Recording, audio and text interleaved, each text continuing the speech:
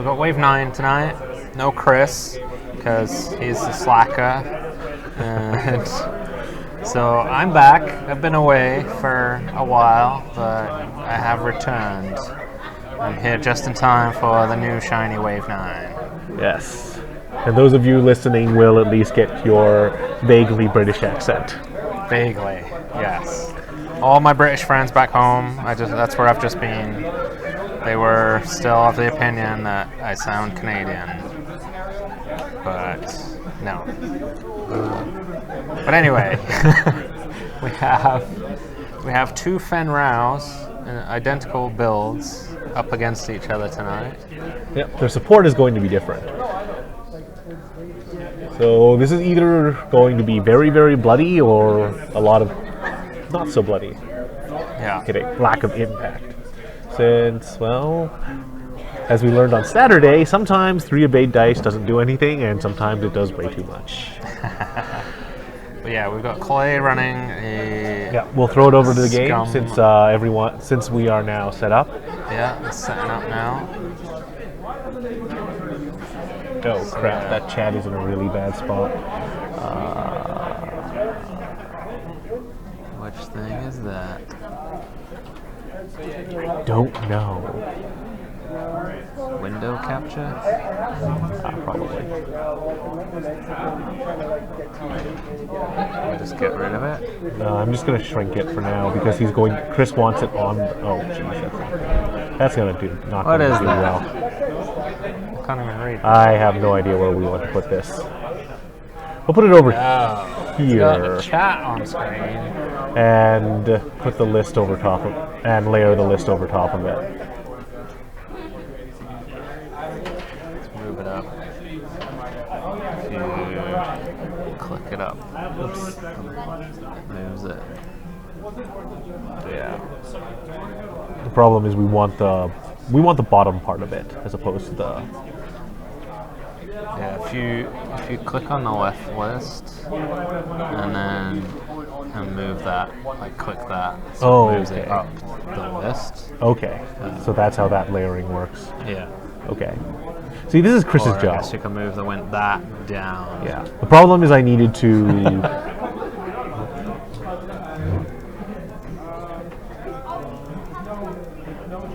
Yeah. You'll Either have way, to, you'll have to do the something's going to same be with bad. the Yeah. Either way, stats. something's going to be blocked. So. Yeah. Well, nobody really needs to see the stats on the Banana Pirate anyway. So. Well, if people find it annoying, we can just get rid of it.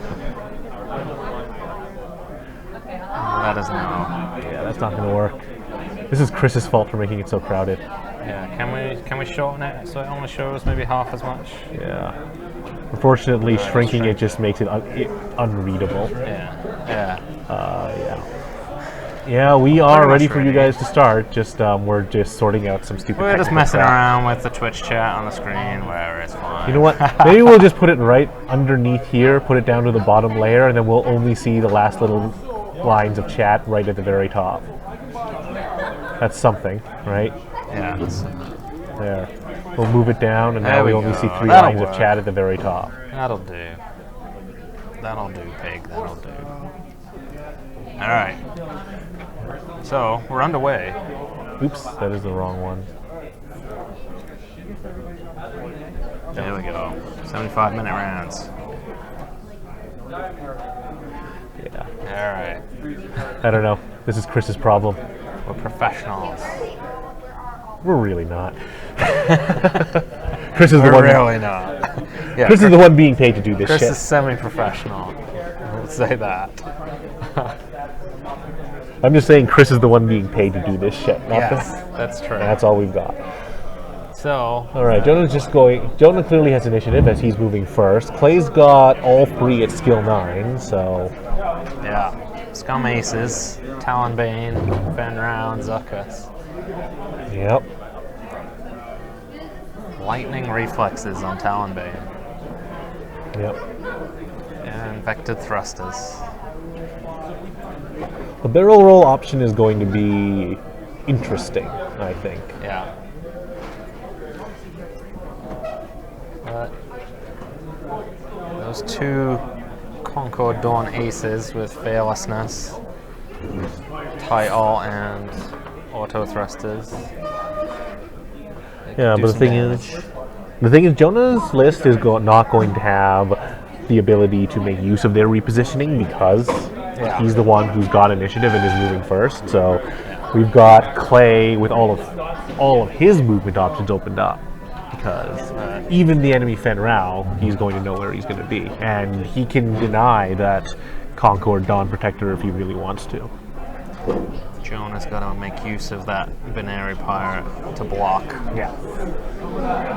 And then He's currently flying get in someone. quite tight formation, so. Yeah. We'll see if he keeps that up. I feel like against this list of Clays, he's got to use it effectively as a blocker to set be up a able kill. to set up his kills. Yeah. Clay is opting to be rather cagey and barrel rolling Fen Rao back. It's going to give him no direct approach, not particularly great direct approach, but he's going to go straight in at it. Fortunately, because Greg set this up, about a base length of the screen is off the edge of the camera.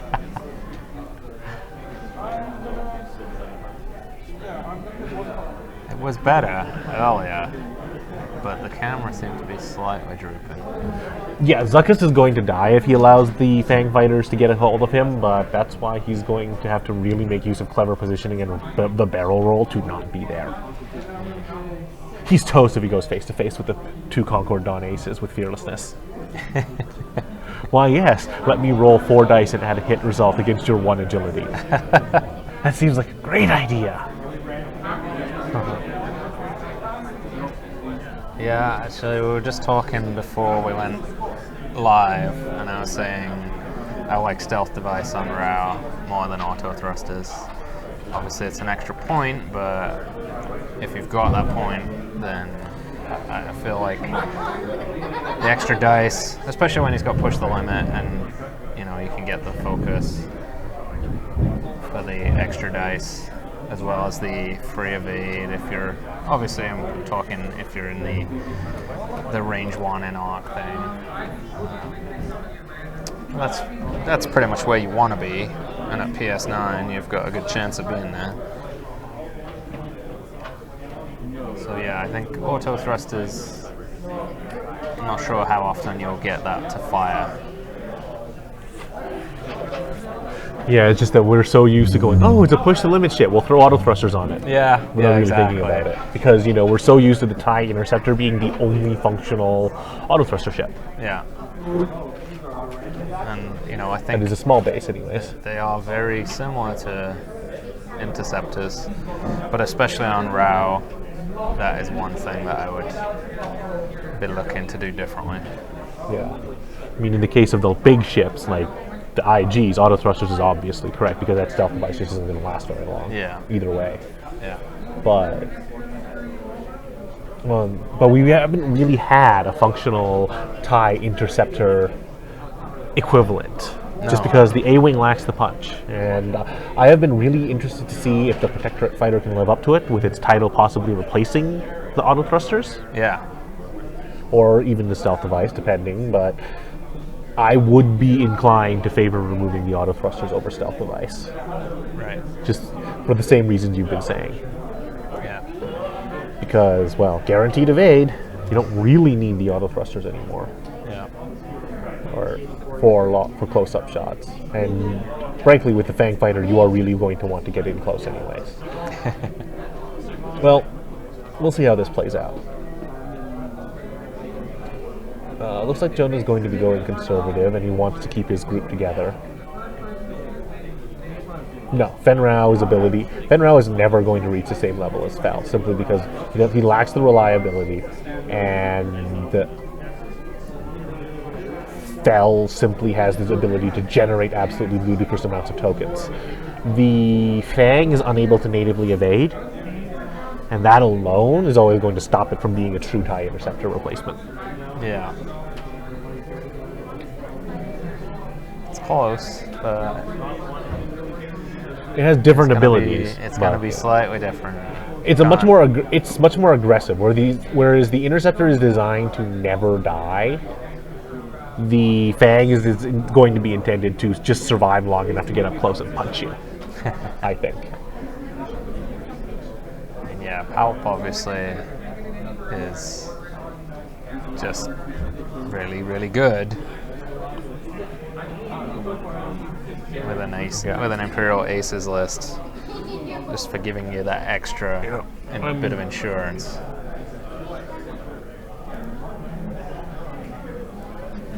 Yeah, I mean, no native evade, but if you're flying them correctly and getting them in the range 1 and you've got the title, you're getting a free evade.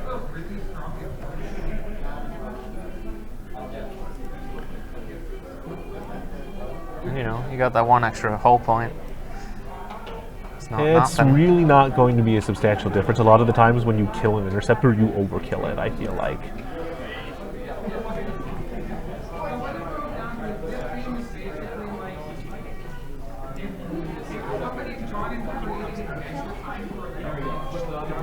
Yeah.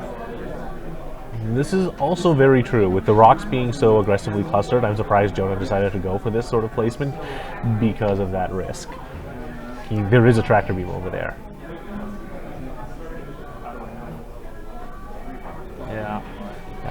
It's a bit risky, but, you know, 3 dice tractor beam, 3 evade dice.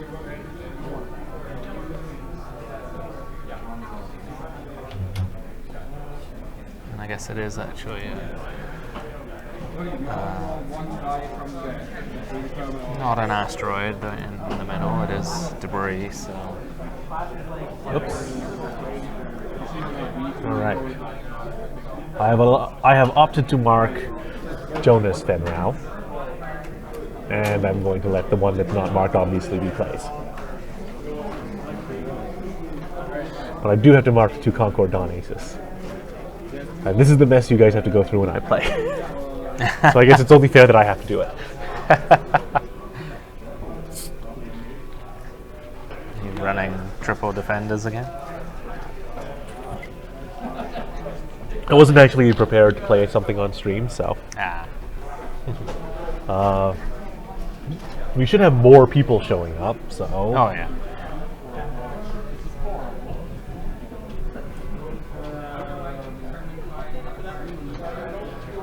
So, splitting them up. Yeah, he's displaced a little. This is going to put play into an interesting position. All these power cards that I got, I never do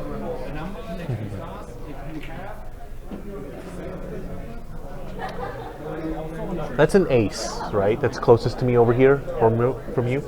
Yep, that's your Fen? All right, yeah. Just making sure. Yeah.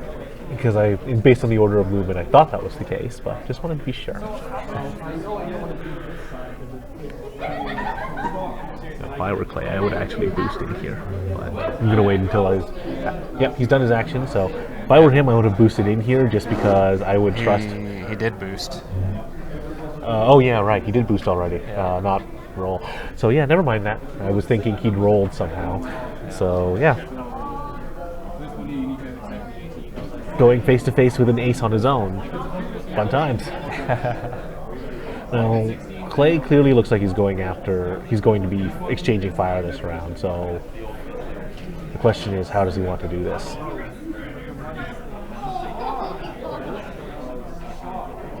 I think he's executed very conservative maneuvers out of his slower, more fragile ships. I'm a little bit surprised with Jonas. Yeah, more guys need to paint their ship. Seriously. Yeah. Paint faster!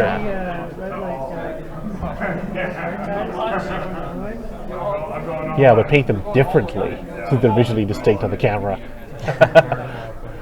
Anyway, sorry, I think I interrupted you there. I was just saying, I think the fact that Jonas split and brought two of his guys over, I'm a little bit surprised. I feel like he might have been better off keeping them all together and focusing on one of Clay's two groups, either all going after Fenn or all going after the other two.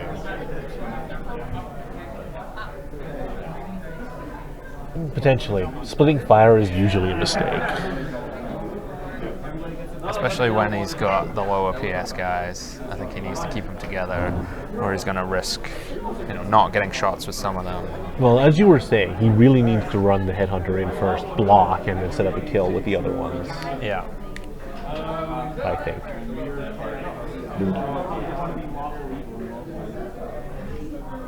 I mean, he could still keep them all going, somewhat straight-ish and going for Zuckuss and Talonbane. Yeah. But then Clay's Fenrir is right on them. Yeah. Unfortunately, because Jonas Fenn is in the middle of his group, he's going to be blocking any attempt by his own ships to turn in that direction Yeah. efficiently. So,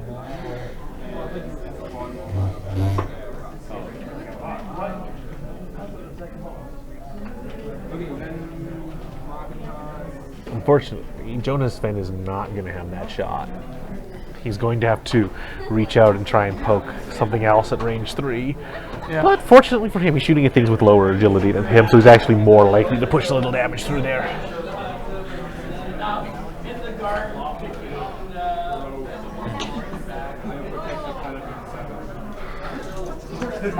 Alright.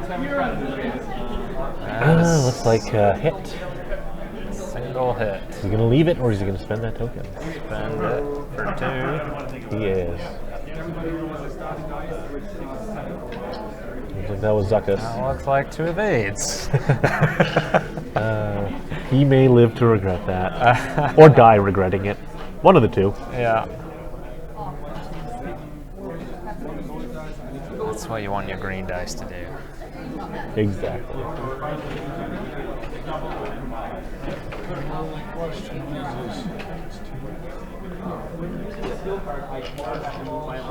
Alright, so.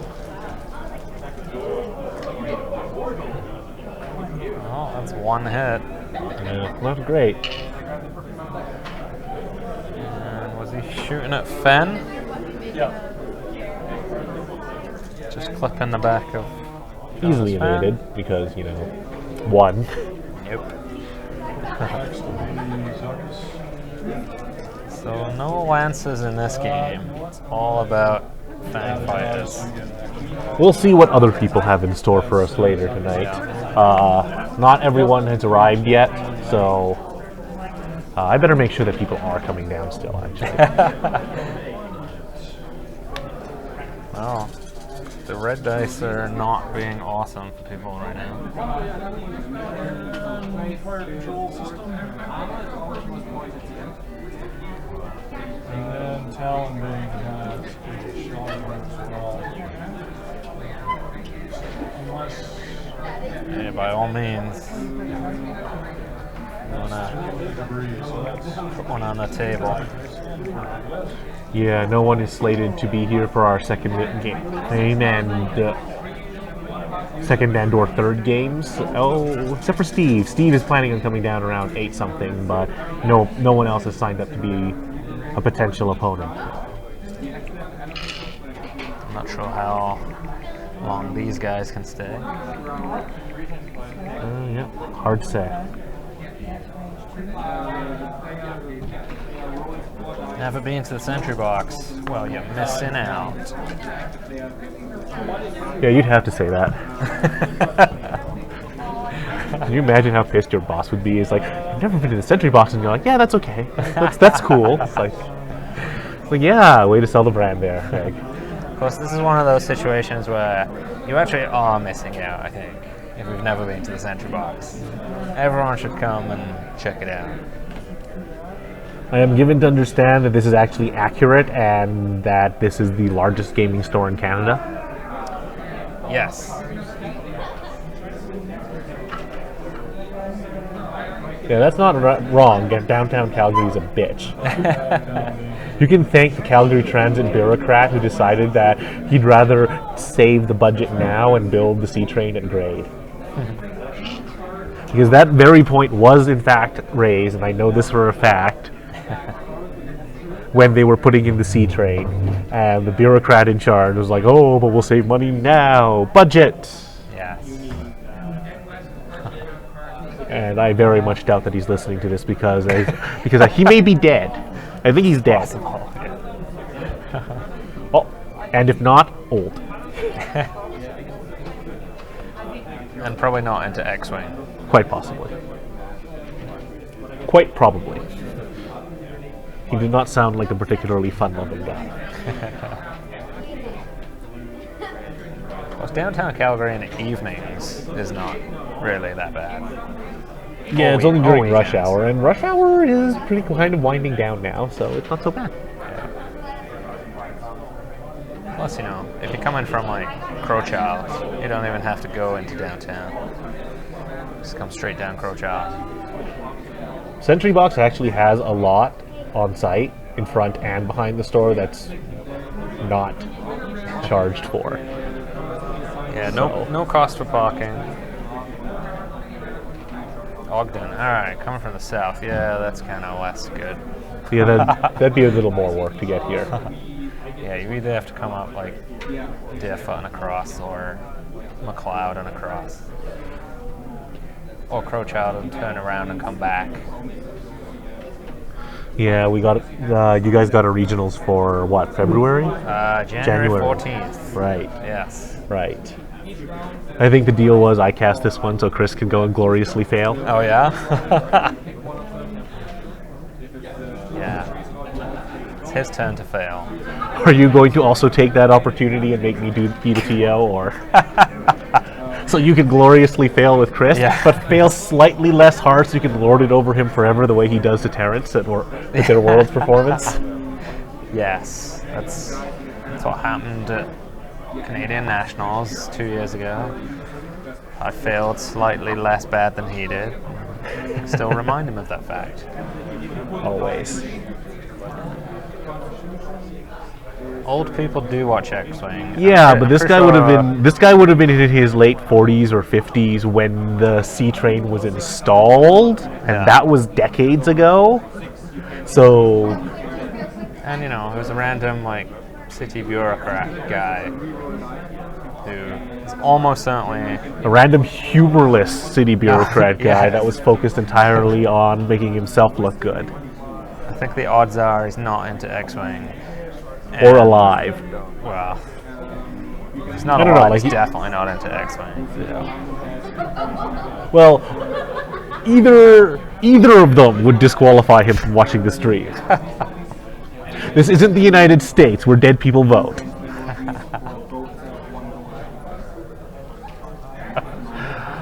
That country just continues to provide comic fodder. Tragicomic. Yeah, tragicomic. I mean,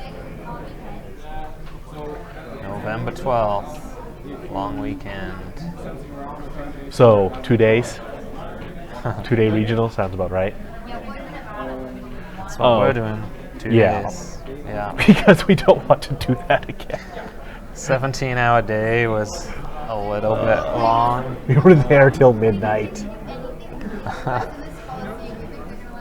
Capped at 32. Well, That's because they're being run by tiny stores out in the sticks in some places. Because some people are like, oh, we don't want to run a long tournament, so we're going to sign up for an immensely popular game that has huge tournaments. Yeah, that's to be a fair, freaking great idea. We got how many people? 46 at our regional, Yeah. About that. and that's, you know, I would imagine that we would get more than Winnipeg. Well, yeah, it's Winnipeg. Who lives in Winnipeg? And yeah, Saskatoon, Thunder Bay, like, even if they're capped at 32, I don't know if they'll get 32. If they do, fair play. Yeah, that's fair. That's fair. Some regionals are clearly worth less than others. Yeah. Yeah. I mean, I guess ours is capped at 120. Like last time, we booked it off-site. We did it in a different location. We could have done easily 120. We probably could have pushed it to 160 if it needs be. This time, I want to put it in store. And we got 46 last time. If we get growth, great. But I still don't see us probably getting more than 60, realistically. So we can definitely fit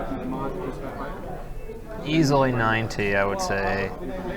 And if it came down to it, and for some reason we did get more people than that, we can make the space here. I can move things around downstairs and get extra tables. Yeah, he definitely needed that barrel roll. This is exactly what I was commenting on, Fen being in a very awkward positioning and limiting the maneuverability of his wingmates. He was right where Concord Dawn Ace 1 wanted to go, Right. and now Concord Ace 1 is going to smack into that debris and look like an idiot. Fearlessness is going to do you no good against debris. You can't intimidate debris. So I've been too busy yakking. Have you moved the tags? Not for Fenrau. Just I was making. I was pointing out how terrible the maneuver was when that was happening. And is Concord Dawn Ace 2 really facing away from Fen? With Fen right behind him? Well, he just That talon looks rolled. like it. Okay. But here's the thing: he knows that Fen isn't going to talon roll because he's stressed, right, and okay. there's actually a decent chance that Fen will just cross right in front of him and drop into his firing arc. That's But a if good he point. just did the hard 2, it's not going to happen.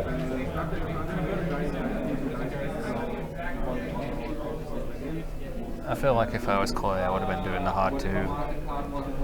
Yeah, I don't know. Yeah, for He his seems to Fen, be going quite after possibly. Jonas Fen. That seemed to be his big target, so Yeah. I feel like he would have That's done going the to hard hurt. 2. Doesn't look like Fen has Talonbane and Arc. That's going to hurt. Because he's going to be eating 5 dice without Concord Dawn Protector to just help him. Yep. And of course, as we have noted, Auto Thrusters is useless in this situation. Yep.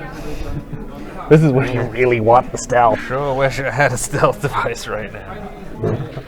Of course, there is that extra point factor to be considered as well. No, that's, And the fact that you don't need the token to make Auto Thrusters really good.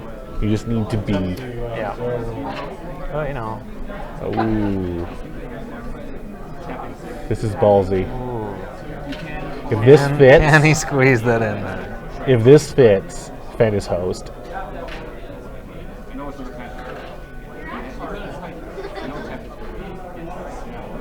I didn't count the points. Are they both 100 points? No, Clay had one last point, I believe. Okay, so, yeah, clever.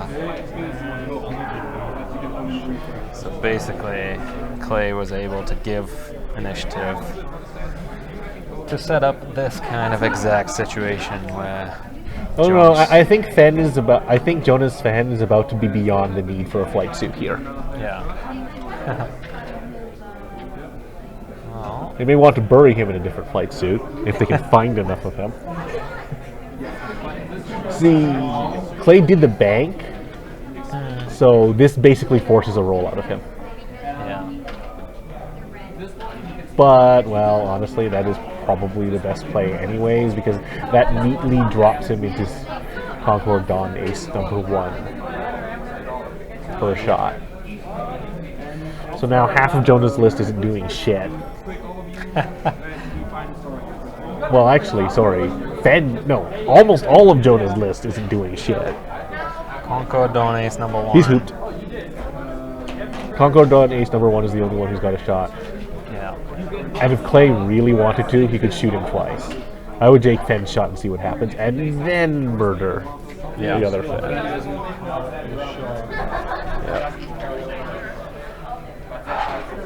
This is exactly what I was saying at the start of the game. Clay making correct use of his repositioning is going to make this very hard for Jonah, potentially. Yeah. And that potential has been realized. So start, you guys. This is going to hurt. I'll start with Talonbane. He gets 5 dice with his ability. Yeah, he really needed to make use of On Fenrir, his Binary Pirate 5 on 3.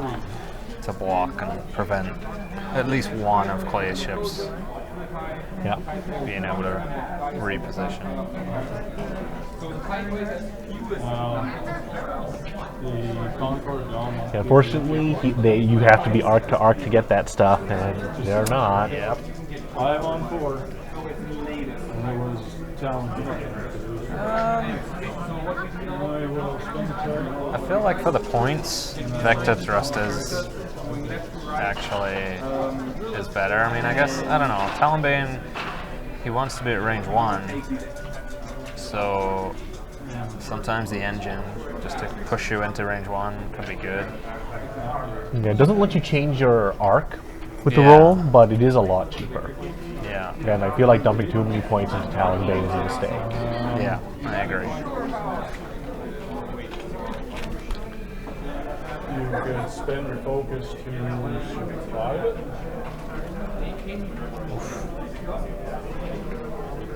Yep.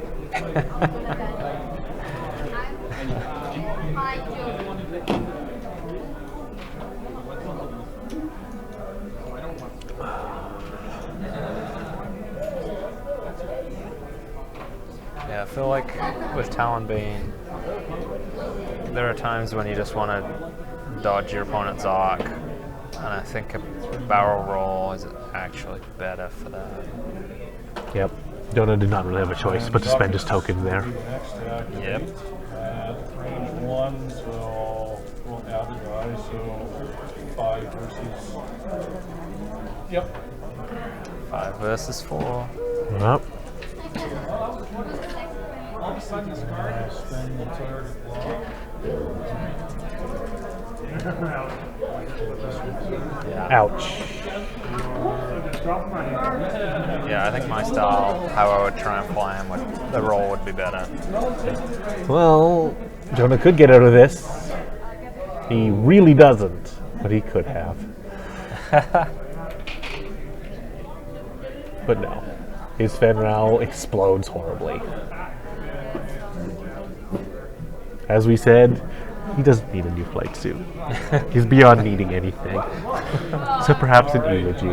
Fenrir fires at your Concord Ace, range 1, so he gets 2 extra attack down. And he'll spend his target block.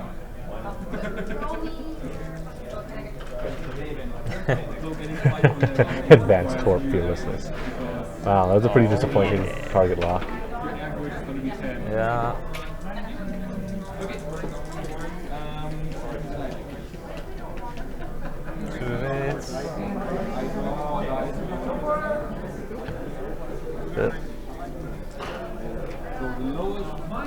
Not.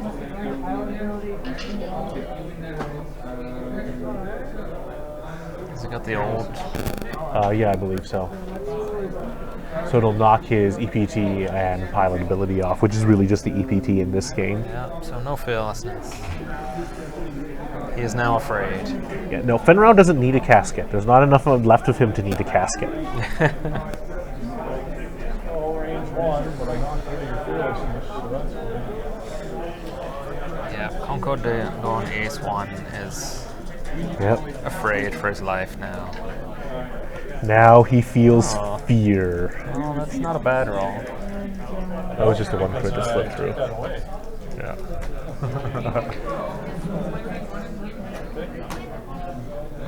Now he feels fear clutching at his weak mortal heart. Alright.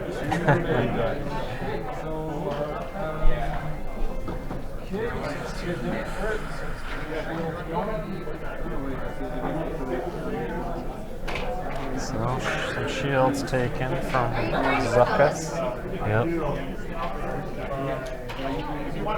Was that 2 or 3 shields? Was that 2 or 3 shields? 3 shields? I heard hit crit. I didn't see him. What he rolled. With the shields up, it's not pertinent exactly what the roll was, but yeah.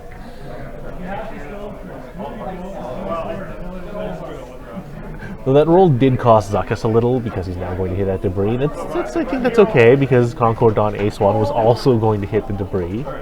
Concord Dawn Ace 2 is completely out of position with only a green hard 2 to have a hope of contributing to next round. And the Binary Pirate is off with his ass hanging out in the middle of nowhere, not being of use to anything. He's not going to be in position to block Fen because he's got to move first, and he's not able to cut that turn and come back and block the other two, so he's basically out there going, oh, look at me, I'm a pirate.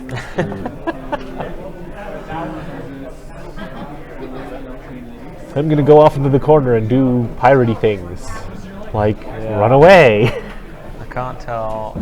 And drink bad alcohol. I can't tell if he'll clip the rock if he K-turns, but chance of it. It's either going to be that or a hard 2. But regardless, they're not good options. Concord Dawn Ace 1 is not in a good spot either. Yes. Fen J has bit the dust. His pieces are in a Ziploc very bag. Very dusty. Oh, right. He's lost fearlessness, so I shall amend that.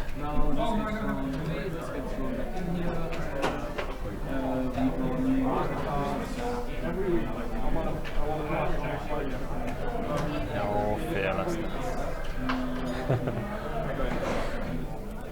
Oh, I suppose I should put the... There we go.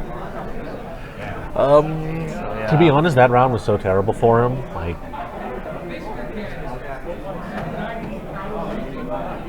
Jonah's just hooped. For Clay continuing to apply pressure, I would be looking to pick another target and, see what presents itself. I would probably be grabbing the hard 2 out of Fen just because something's probably going to end up in a position where he can go after it. The Concord Dawn Ace 1 is not going to have an action, and he's going to have to turn one direction or another most likely, unless he wants to just sit on that debris, which, he might actually. He might. Because they would give him an extra die. Like, he's going to hit it. Like, Yeah. I'm pretty sure he's going to hit it unless he does something like a hard 1. Can they even do hard 1? They have a hard 1, right? Well, either way, like, if he doesn't hit it, he's just going to do nothing. Yeah.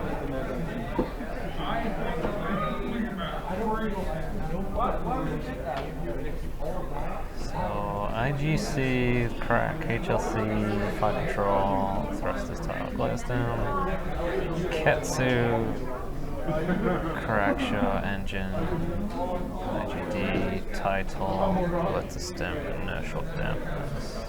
Okay, so Concord Dawn Ace 1 can get out of this without hitting the debris, but he's still going to be pretty useless if he does it. So, Well, I don't think Jonah left himself enough clear space to really make use of his list here. And yet, he left enough clear space for Clay to dodge him. So, I'm really not sure if the obstacle placement... It's really hard to say if the obstacle placement was correct. I feel like they should have engaged such that the obstacles were where Clay would be when they engaged, as opposed to where he's here. so let's see. Kind of figured a hard 2. It's kind of like that sweet potato, right? There's a green hard 2. It's coming out.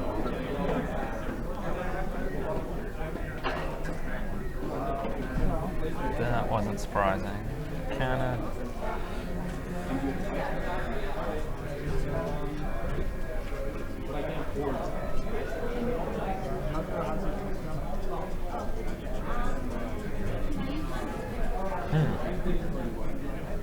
Yeah, come on down, get quick. That's a lot of hoping. Well, he is going to go right over it rather than grab the hard 1 to try and not. So. Talon roll. See, he's got his template battles. Yeah. Yeah, Talon that's a roll. Talon roll, so. I like that. Yeah, anywhere along there that you want. So what's Ketsu's ability again? If something is in both of your arcs at range 1, Get then a you can tractor beam? tractor it. Yeah. Yeah. All right. And you know you have to listen to everything the internet tells you to do. Yes. Well, more specifically, you should listen to Audio Weasel. Always. Must obey.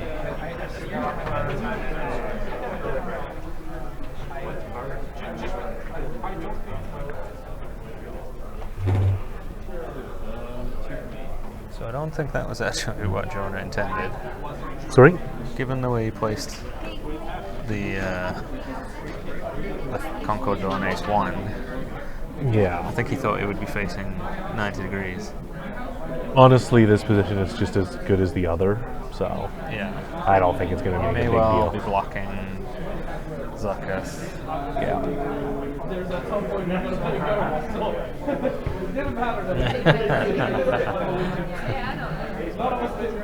It's okay. Obviously, your wife doesn't have to do what you say. It's only the people that are on the stream that have to do what you say. I'm not a crazy person.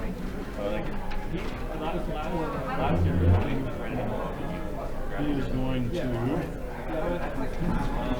The people on the internet are full of shit. I mean, come on. Historically, Twitch chat. Twitch chat is not exactly a scintillating gem of witty conversation. Our Twitch chat is. How long have you been away? 3 weeks. I guess, yeah, it's 4 weeks since I was on the stream. And how much drinking did you do while you were there? You're British. There's nothing but rain, right? So all there is to do is drink. That's usually the way of it. All right. Well, Fenj is going to pick up a target lock and focus, which is probably a reasonable play.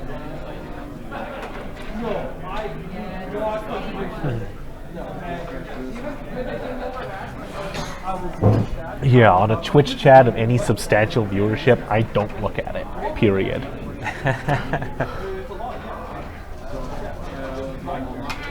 Like, why bother? Our What, Twitch what could you chat possibly is, have to gain from it? our Twitch chat is intelligent and refined right now. Is it? Is it really? I guess it's all relative compared to the normal Twitch chat. Compared to normal Twitch chat, a literal steaming pile of garbage is reasonable. It's pretty and interesting. Okay, so well,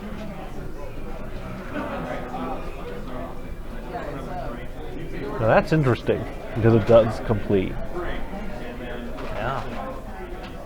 It could be very good for Talon Bay.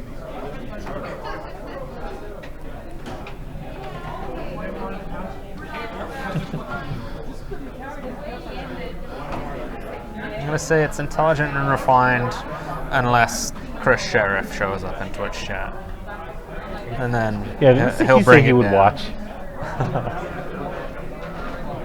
He'll If you say his name 3 times, he'll summon him. See, if he shows up, then I can talk about how Preston beat Wigan in the championship a couple of weeks ago. He'll love that. Yeah, I'm saying that normal's Twitch chat is so abhorrent that there is no redemption. Like, not normal Sentry Box Twitch chat, just normal Twitch chat in general. For anyone who watches, League of Legends and other Yeah, you will random know. esports. Ooh.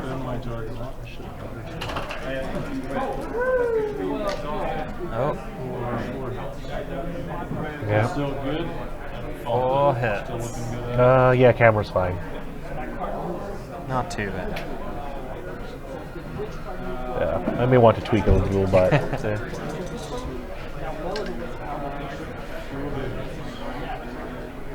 yep. 2. On to Concord Dawn Protector number 2, Yep. who is very sad. At range 2, so they'll add a die so we get the extra die. He's stressed and then roll again. Zuckus mode turns on. Adding a die. Yep. Hit crit. Yeah, Zatyag, if you value your sanity, do not look at Twitch chat for something like the League of Legends streams. So, crit. Do not go to Twitch Riot Games and read the chat, because you will want to find these people and rip their eyeballs out so that they can never type in Twitch chat again. And So that was the secondary weapon crit. So that did nothing. Yep. that's on the iron. He is down to 1 hull. That extra hull point, still Is it alive. up? Is it actually down to? He's down I to thought it 1. only Concord took Donates 2. 2. Okay. Took 2 and then he I took guess I was 1 from wrong. Zuckus, which was the secondary weapon crit. So not a meaningful crit. No. Okay, 3 hits out of Fen. And that poor Benary is just going to eat it. So, also down to 1 hull. Well, the dice are being merciful to Jonah in their own way. They will grant him the Emperor's peace.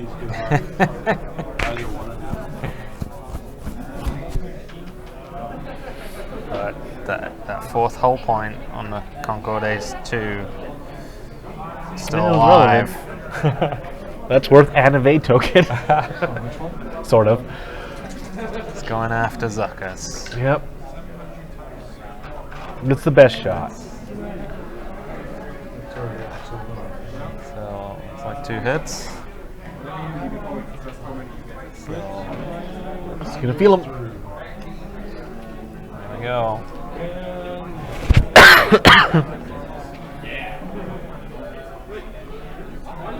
5 has nothing.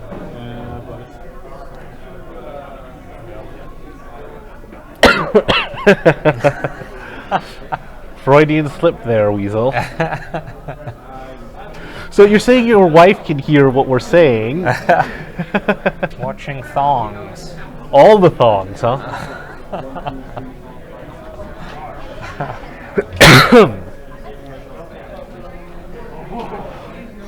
So things are not looking too good for Jonah.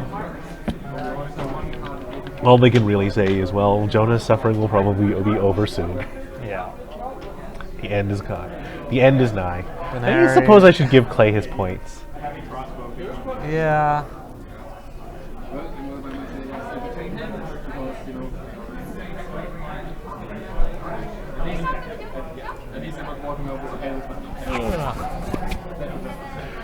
So yeah, Benary with 1 hull, Concord Dawn Ace 2 with 1 hull, Concord Dawn Ace 1 with 3 hull, but no longer fearless.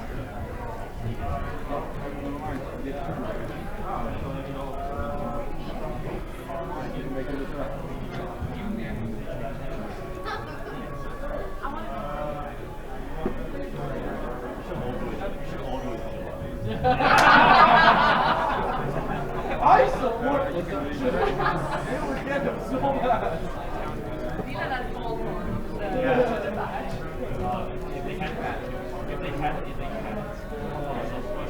I'm sure you can get them back.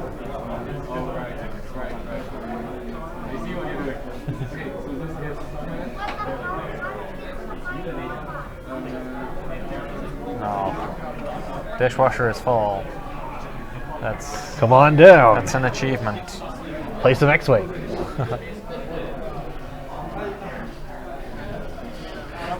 Do you have your stuff here? Because we may have to throw you on the stream too. My stuff is in the car. So, in an emergency situation, I can go and get it. Yeah, it doesn't look like we have another person on here right now, so. I imagine the chat knows it is bad, yes. Yes, very much so.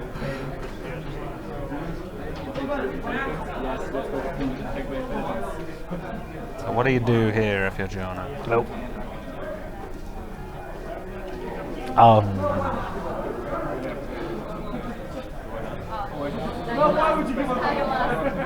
I would grab the K-turn out of the Headhunter just because that actually lets it contribute to the fight over the next couple turns a little. Talonbrain is a good chance of just turning out of your arc next turn. So I would just grab the K-turn and look to apply pressure to Zuckuss. Like, I don't think the hard 2 will do a very good job of that. So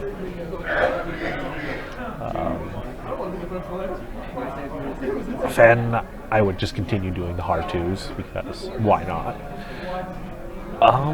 Zuckuss is now stressed, so it's no longer the 2 Quaegrin that I would be looking for.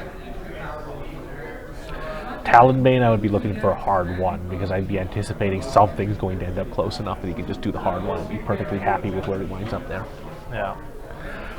For Jonah, like, honestly, I feel like there's not much to discuss for Jonah. Like, he's gonna have to turn Ace 1 in and a 2, I think, and maybe roll or boost because that's not the way he really wants to be pointing. And Ace 2, well, Ace 2 isn't currently stressed, so Ace 2 has some choices. Just banking in and going after Zuckuss might be the play, actually. Yeah, I think trying to kill Zuckuss and get some points. Might Honestly, make him if you're feel better. going to play to win, I think you would want to remove a ship as soon as possible. And Zuckuss is the only one he's hit, and that's only 3 health behind 1 agility. Ah, crap! It's Chris. So yeah, we were Quick, shut it down! Shut it down! We were talking about how Preston beat Wigan. Having an in-depth discussion about how terrible Wigan are. Oh, hi, Chris. Hi. Fancy you being in Twitch chat.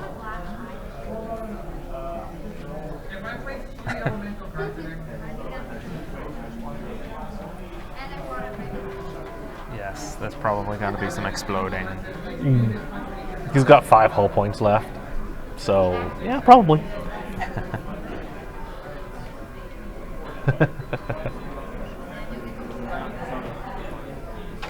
What was his excuse for not being in today again? He had a friend over who he had to take to the airport. He did not specify what time the guy's flight was. It was probably like 3 o'clock this afternoon.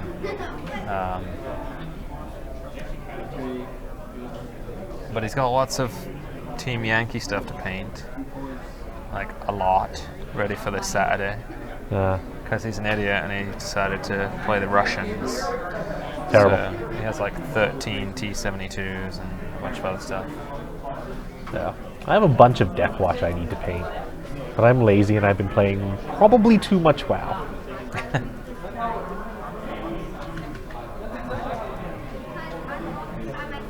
Well, we know that, Chris. We know. So if you hate us so much, why are you letting us destroy your brand?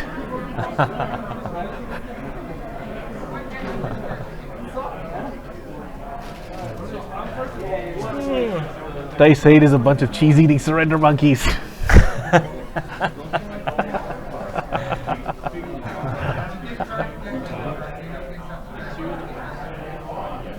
Well, we've got our Team Yankee Iron Maiden event coming up this Saturday. Got the British coming. Was Chris going to be streaming that one? I don't think the plan was to stream it, but maybe, because I don't know. Chris is going to have everything nice and painted, so...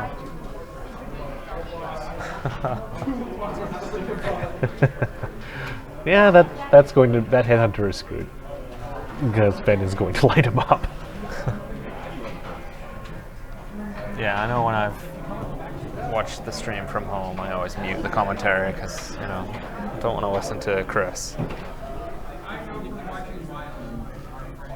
Oh, yeah. There's somebody out there who wants to listen to Chris, but I don't want to meet them.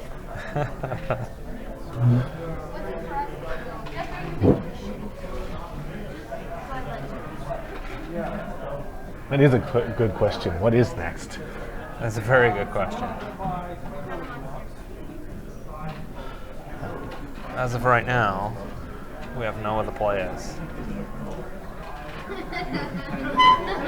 So unless these guys want to go again and have other lists, Yeah, perhaps you should fetch your stuff for some variety. perhaps I should fetch my stuff. I guess we could ask them and Yeah. see. We'll let them finish up this game and we'll see what's going on there.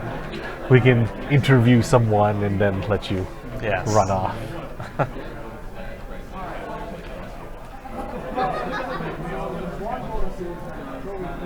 See, there's people that listen to Chris on the podcast, and the benefit of listening on the podcast is, one, there's lots of other guys that talk in there, so it's not all Chris, and two, you don't have to look at his face.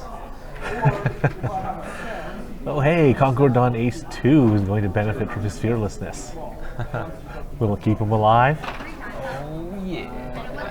I'm gonna go with no because Zuckus is just gonna. Yeah, no, Zuckus is probably just going to murder him.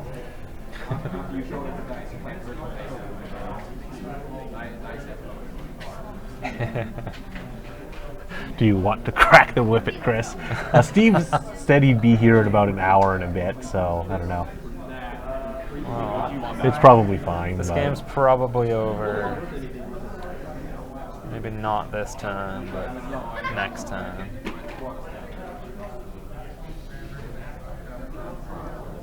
And then, yeah, we'll see.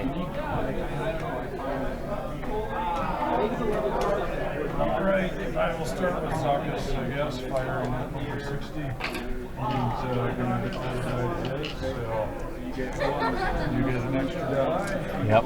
Here's Zuckus' murder time. Oh, that's pretty Ooh. bad. Lucky he has a target lock. Yep. That's toast. Well, 3 evades and title. Ooh. 1, 2, 3, and title? Yep. Okay, so Boy. lock required. It is enough. The title pays off. Talon Bane at range 2. Target lock for 3. Uh-oh. And he's survived the range 1 Zuckus attack, but it's gonna need a good roll. And that's not it. Not really, no. 60, yeah. So, Yep. And he's toast. yeah.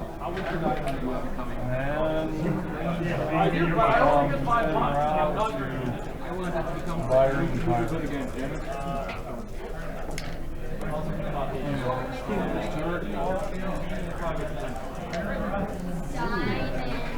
Only 2 could survive. Probably not. Oh, no focus. Could have survived, but no. So, It's all over but the crying.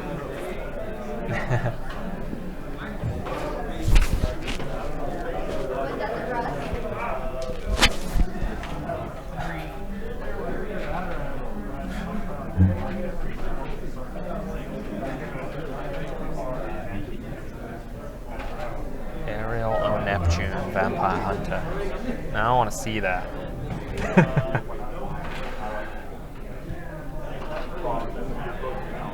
So yes.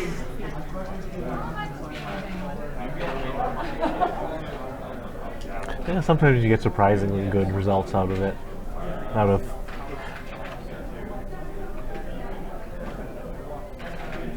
That is.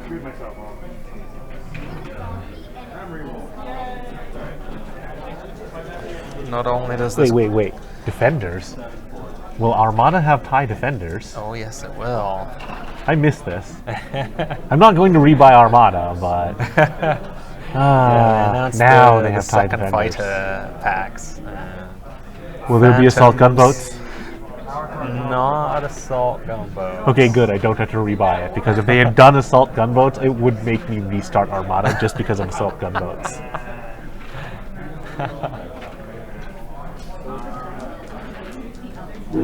Turn the Fane down. Fane? What Fane? Alright.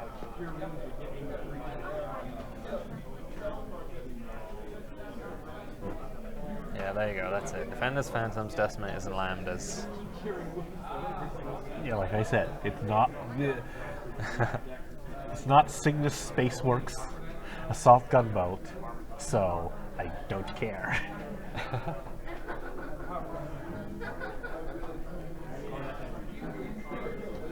Yeah.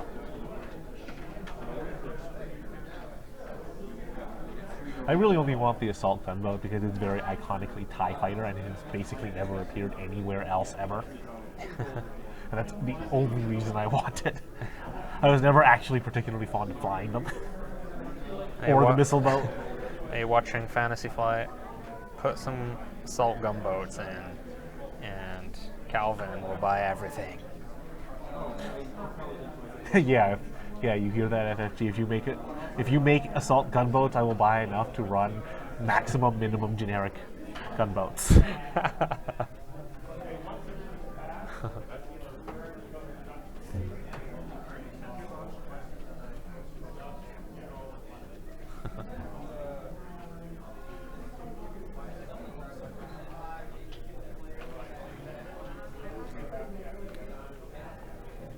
So we have Conco Dawn Ace number 1, who no longer has fearlessness, and in all probability is actually pooping his pants right now. Because all of Clay's list is coming after him now. Yeah, even if he does kill Zuckuss, Zuckuss is going to get to shoot him first. Yeah. So odds are pretty good he's not going to get to.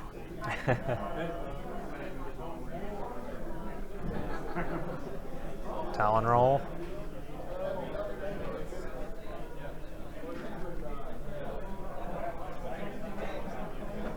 No Talon Just roll. R2.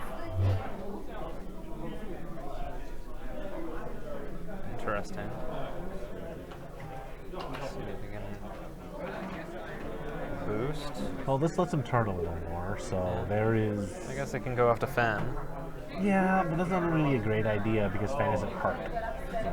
No, but you know, I guess he's got to go after something. If he's gonna win this game, he's got to kill them all. Yep. This could actually take a while, depending on those maneuvers.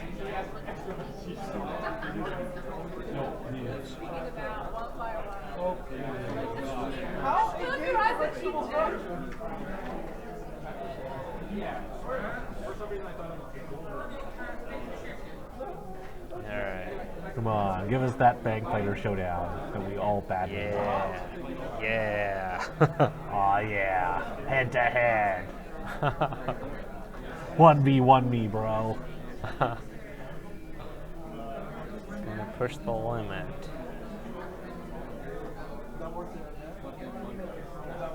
Yeah, I just... What's the dress code at Sentry? You have Pants. you have to come dressed like a banana. Or a banana if you watch anime and are weird. I'm not kidding, that's a thing. What? There's this entire line of weird Japanese things that is basically just cats that are also bananas. I don't know why. I've tried not to understand anime because there's just no understanding it. And I get Banana. Loincloths and coconut bras. Actually, I like that. I still get an action, right? Because You stress first. stress first. Yeah, you stress before you perform action step. What's the point of them putting after the check pilot stress stuff? Oh, because Check pilot stress is where you check if it's legal to do, I think. What's the wording on it? No one uses lightning reflexes. What's the wording on What's it? that? What's the wording on it? Let me take a look at this After card. the check pilot stress step. So I don't know if that lets you. Like, you know what? I just realized we have the computer literally right here. Okay, right. So yeah, I'm just after the checking check pilot timing. stress step. Yeah, so that's before the action step. So you would take the stress and then you would not get an action. Or you could be stressed, do a green, do it, get rid of a stress and then get a stress. I don't know. Yeah. I'm sure there must be a reason for why that wording is like that. You can probably use that when you're stressed, right? Well, doesn't it say after you do a white or green? White or green, but it says nothing about. Yeah, so you could be stressed.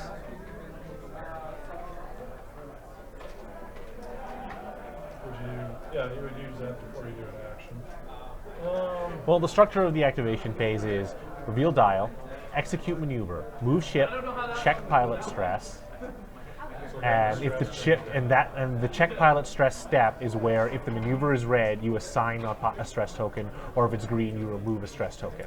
And that way, it's so that you can do a green and then do lightning reflexes, and you still have the stress afterwards. Because check stress is the point where you remove the stress from the ship. If Yeah. it was green. All right. So that way you cannot lightning reflexes, turn around, and then pull it. Yeah. And make sure you end up with a It'd be way stress. better if it actually gave you an action afterwards. It's really worth using. All right. We'll go with him first. Almost looks like we might get that corner is maybe Closest to closest. Yep. Looks like it might just clip it. It's head to head, and one of those idiots does not have fearlessness anymore. Goodbye, Concord Dawn Ace number 1. At least he still has his title, which is the one which will help him live. That's true. Well, if you want it, I'll get it. All right. So 5 days, 4. 5 days plus 1. Title in effect.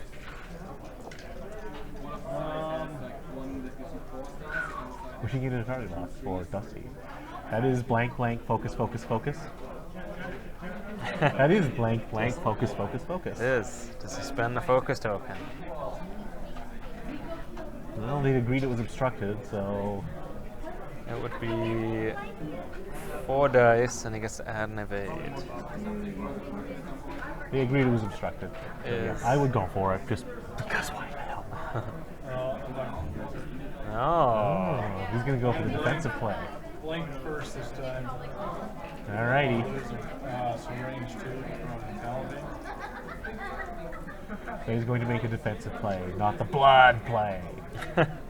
Blood. Hit, crit. There you go. That's 2 evades. So it's crit. Lion Pilot. Isn't that the one? That'd be awesome. Ooh, that sucks. Is that all turns are red? Yep, damage engine. Good. Not ideal, but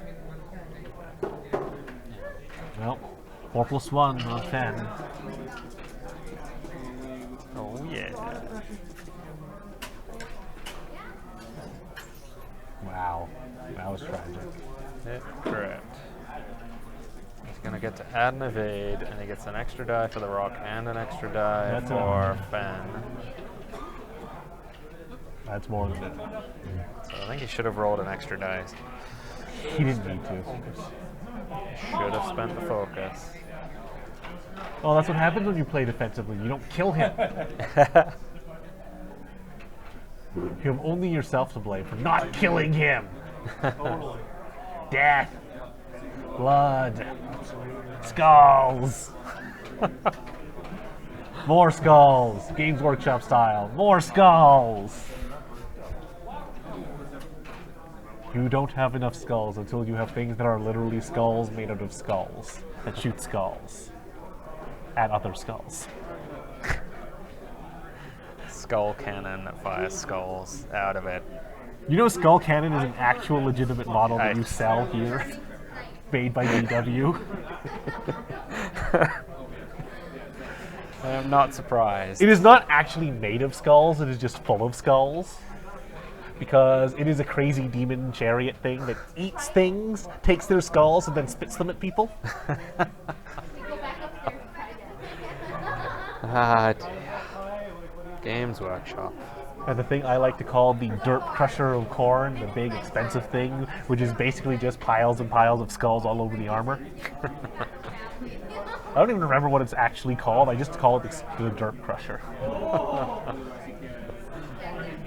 Ah, dear.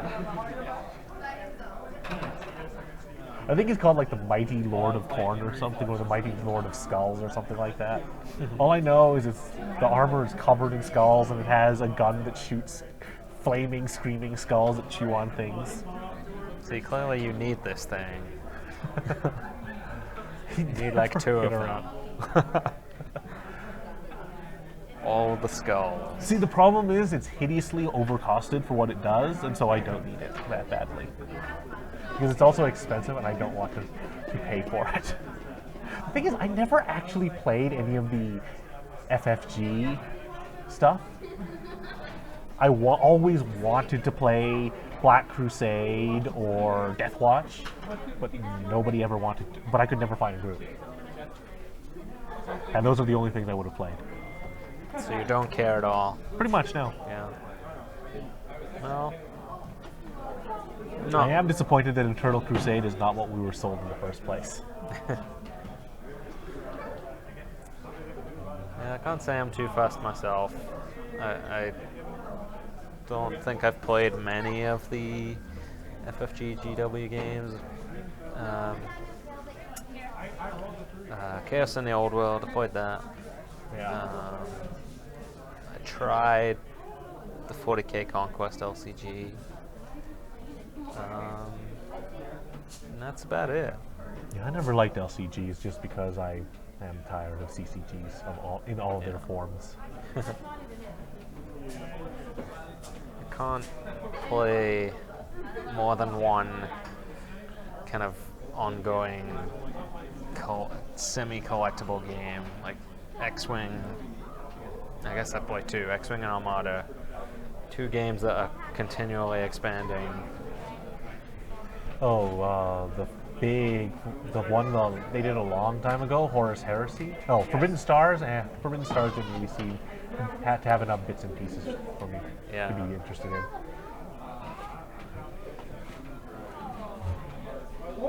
To be completely honest, one of the reasons I actually like 40k is because of the modeling. Like, I actually really do love GW models. As much shit as I give GW, they make absolutely gorgeous shit.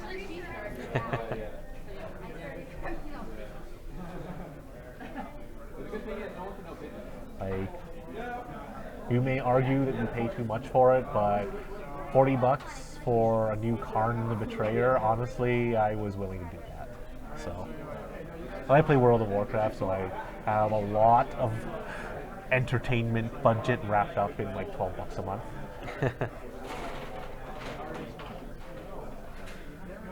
So Clay just trying to finish him off now.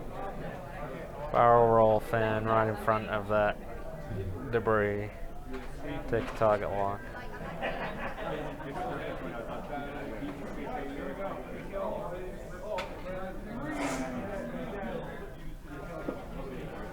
To be honest, like the whole Khorne, Blood God, angry stuff is the only thing. It's really the only thing that's really catchy and recognizable. That's part of it. I mean, death to the false emperor is honestly something that people might be saying down in the United States a lot now that people are calling Trump the God Emperor.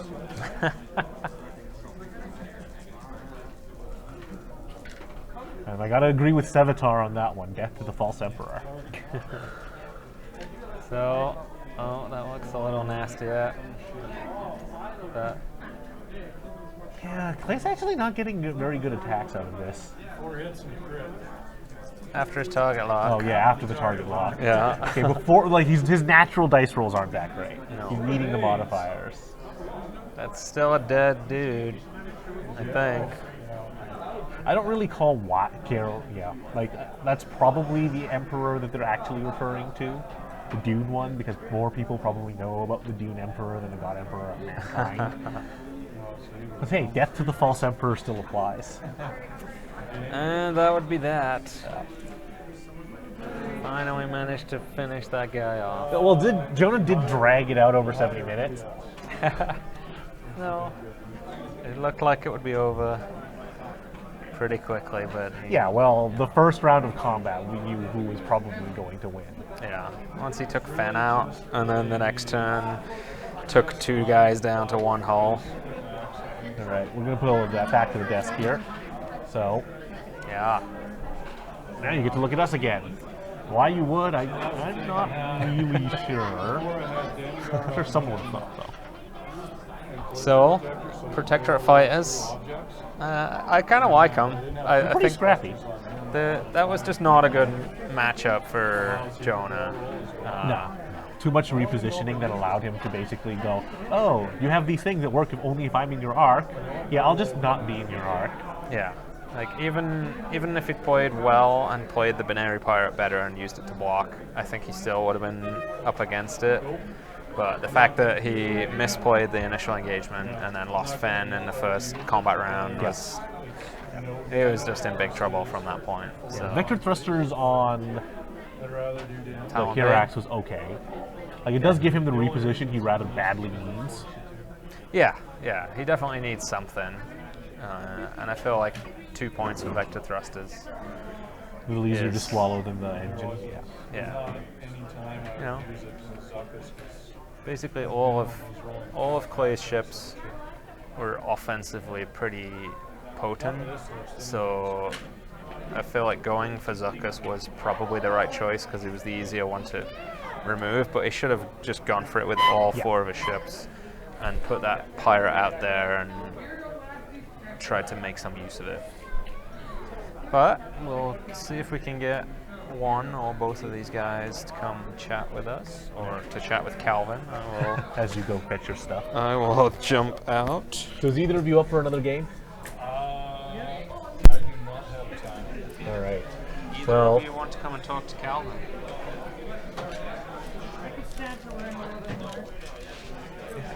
well, we're mostly just going to dissect the game there, so maybe answer Twitch chat questions. All right, so we're sending Greg off to fetch his stuff, so there we go.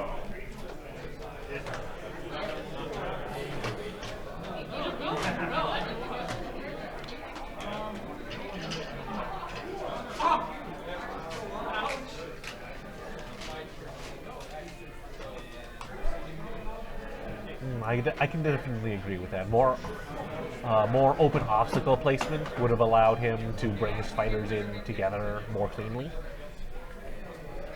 Like, while it would potentially have allowed more room for Clay to dodge around, if he just comes straight at him, it's a lot harder to just have barrel rolls to get out of position, get out of marks rather. Barrel roll can only dodge so much. My Fen route could just arc dodge as much as you could. While the other two did a ton of damage. The flip side to that is if you went for the other two first, then Fen So, just going down and obliterating from the side or behind. The first time I tried it, I had them all lined up to Jost. so neither of them's coming over to talk, so I guess it's just going to be going on and on, Turn Fen around. as so frequently happens. Decided to try, Yeah. like in your list, I would bring Fen out in from an angle. Because as soon as you push the limit, you can't turn them. We don't actually have a question coming from the Twitch chat just yet, so aside from the When these guys are coming in, say you do this, you end up with a Jones where you do a K2 and they do a K2. aside from the lack of space to make use of the ability to focus fire and run a ship forward to block. What can you do? I haven't read the Gene Stealer Cult book yet. I have read some of the rules bits and pieces. Hiding in reserve seems like fun, but honestly, it feels like the list is just going to roll over and die to bolter fire. Because everything is so bloody squishy. Although Gene Stealer's with an invulnerable save, maybe Gene Stealers will finally be good. That was the issue. I'm gonna go with probably not. But still, I mean, 14 points for invulnerable save Gene Stealer. Fen is like, I don't know. I think a Demon End is still a better choice. if you're jousting here, you can have Fen over here. So Weasel saying that the Fang is probably not a ship you want more than 2 of on the table, which, frankly, I can believe. I am honestly not as impressed by the generic as it could be. It's just very, very hit or miss. Higher pilot skills are going to be too easy. It's going to be too easy for higher level pilot skills to outmaneuver them.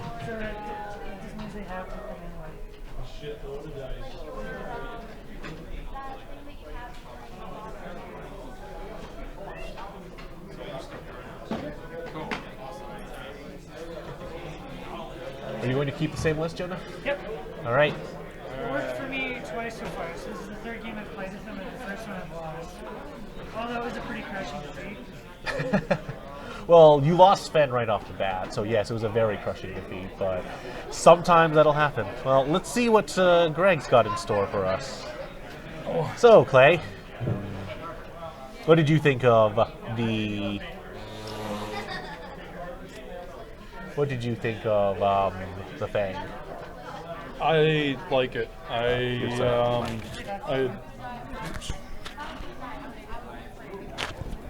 on? It's on. I like it. I used it when I had a bunch of guys over the one night with Fen, and I just lined him up. Same sort of list, couple little tweaks, lined them, all 3 of them up and jousted, and I actually was surprised with how survivable he was. But then a cousin of mine used the exact same list, tried the same thing, and lost Fen on the first round. So he's kind of like, you know, He could be good. it's luck, right? It's dice. So in this game, I had decided, because what happened was I ran into defenders and couldn't turn, you know, because the defenders turn, they have 2 tokens. I turn, I have nothing. And of course, Fenrir had pushed the limit, and I had pushed the limit, wiped out a defender and 2 more K-turn behind me. So I found that Fen would take 2-3 turns to get turned around, and the other 2 would get left out. So in this one, because telling him after the game, I decided to take Fen out off to the side, kind of like you would Fell. He's either bait, and if you don't go for him, then he will pound the hell out of the side of you. So, and it seemed to work, and it allowed him to turn because you've got that 2 hard turn. So lightning reflexes did not work how I thought it would. Yeah. Although the one sloop was kind of fun. I would have used it in a different place, I think. I don't know why I was thinking that you get an action out of it. I mean, you should, otherwise what good is it other than a sloop? But Well, yeah, it lets you flip on like a maneuver you wouldn't normally be able to, and it lets you flip, after you've bumped too, Yeah. so that's kind of neat. or it lets you do it as a reactive thing. You're Yeah. not committed to it. That was the thing I found with Talonbane is he blows. Like, there's no repositional on him. He's a high PS that if you... Yeah, that's traditionally been the problem that has been leveled at. So that was, last time I played him, it was with Fearlessness and Glitter Stem.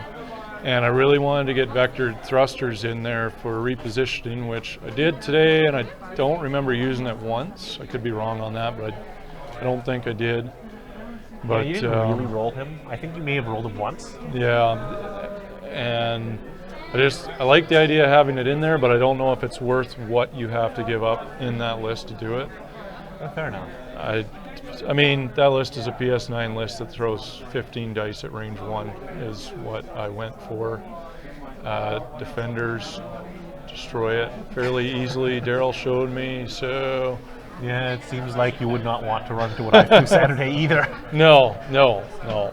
I think given a little bit more time flying it, I wouldn't mind trying it against defenders. I still don't think it would beat them.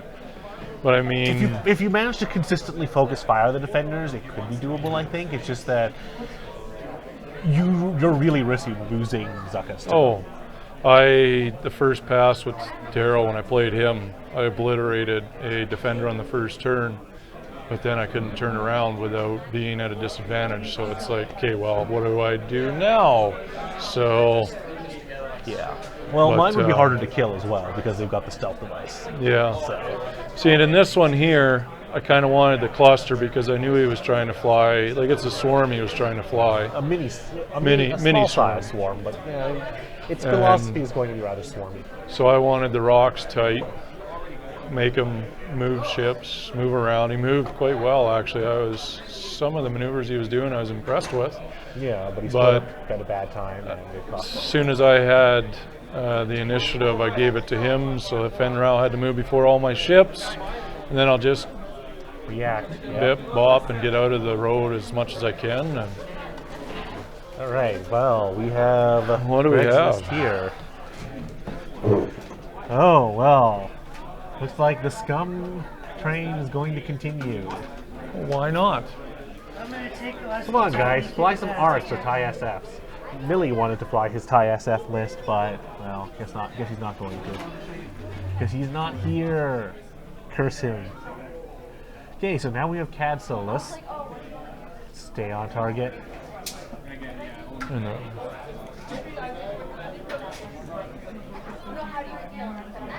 Okay, so stay on target, which means no matter what he does, he'll have 2 focus tokens. He can as long as he do- actually did it.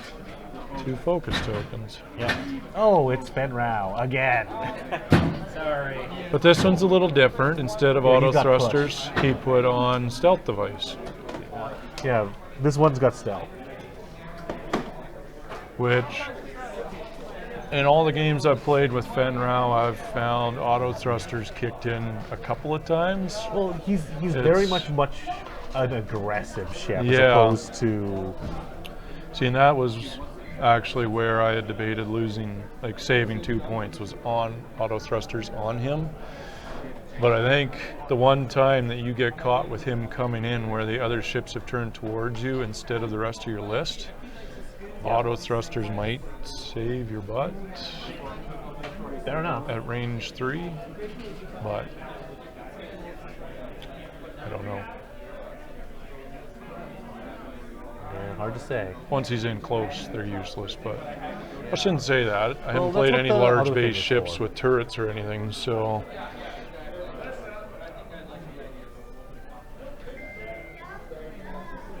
Which is reasonable. it will be interesting with the mobile firing art to see. Right, it's 2. How far did you get? I actually forgot that I actually finished it. I didn't had the things done. So Oh, okay. there's Greg's tiny phone. Yeah. Okay. Well, here's a question: if you didn't have vector thrusters on Talon, what would you do? You got 3 points to play with at that point because you had the 1 point bid. There would be a few ideas. I've had the debate with Patrick in that list about fire control system on Zuckuss or Dengar because, and I mean, he's correct. If you get all 3 of those ships at range 1 of something, odds are fire control system is going to be useless because you're going to kill it. So Dengar can be helpful there. I would probably go for glitter stem on Zuckuss or inertial dampener somewhere in there. When I did the list before, it was, what else do I have in there? Dengar. I had the collision detector on Zuckuss. Dengar on Zuckuss. It was 98 points. That's reasonable. But Actually. I don't know. I just think if you're going to have Talonbane in there, you almost need a little bit of repositionability because you're paying all those points for a ship that gets bonuses either at range 1 or range 3, and you got no way to reposition if you misjudged or the other guy outflew you. Yeah, that's always been the concern with Talonbane, right? Talonbane. He's a skill 9. He's an ace on a ship that doesn't really reward being an ace. It's the same problem with Wedge, really. I remember the first game I played with him on that Friday night. It was the first time I actually looked at the dial and realized that his green straights are shit. Yeah. You know, oh, I stressed with glitter stem and now I can't get out of dodge, and Yep. so It's an X-wing. it's worse than an X-wing. You can't even put a droid on it. Okay, yeah, in some sense it's worse than an X-wing. The But, dial basically just takes the X-wing dial and trades the three turn for the 1 turn. Yeah. And a couple of other small changes, but it is fundamentally otherwise. the 1 turn is nice, but Yeah. You've got access to a lot of the same maneuvers, but yeah, they're not green enough. I kind of like the idea of the lightning reflexes on them as well for the repositionability. I would have really liked it if it let me do an action, but I still sort of like it, just because fearlessness on that would only kick in when you're at range 1 if you can't get to range 1. Yeah, and the lack of the 1-4 really just does make it worse than the X-wing dial anyway. That being said, reminding us that there's I the have 1-4 seen, okay. I have gotten 5 hits and 1 crit. So 5 hits and a crit out of Talonbane with fearlessness on them. So that's that was pretty kind of hilarious. fun. Yeah. That sounds like a lot of fun. But basically, the only way that happened was everybody who saw my list decided to just straight up joust it to see what would happen. Yeah, that's not going to work. And it was fine on the first pass, but as soon as you did the first pass, if you got ships that can turn around or shoot behind them, then you're just, You just look silly. yeah. All right, well, we are placing obstacles, so we will go to the death. And there is, what, 5 Concord Dons on the table? That is correct. Oops, I got the formatting wrong here.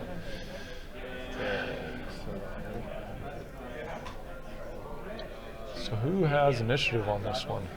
Did we notice?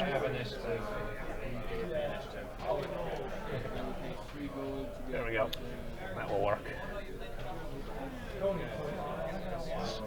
Almost like he saw that trick earlier with giving the initiative away when you've got equal pilot skilled arc dodgers. Yeah, and oh look, Cad Solus is skill 6 base, so he's going to be able to stay on target against a skill 5.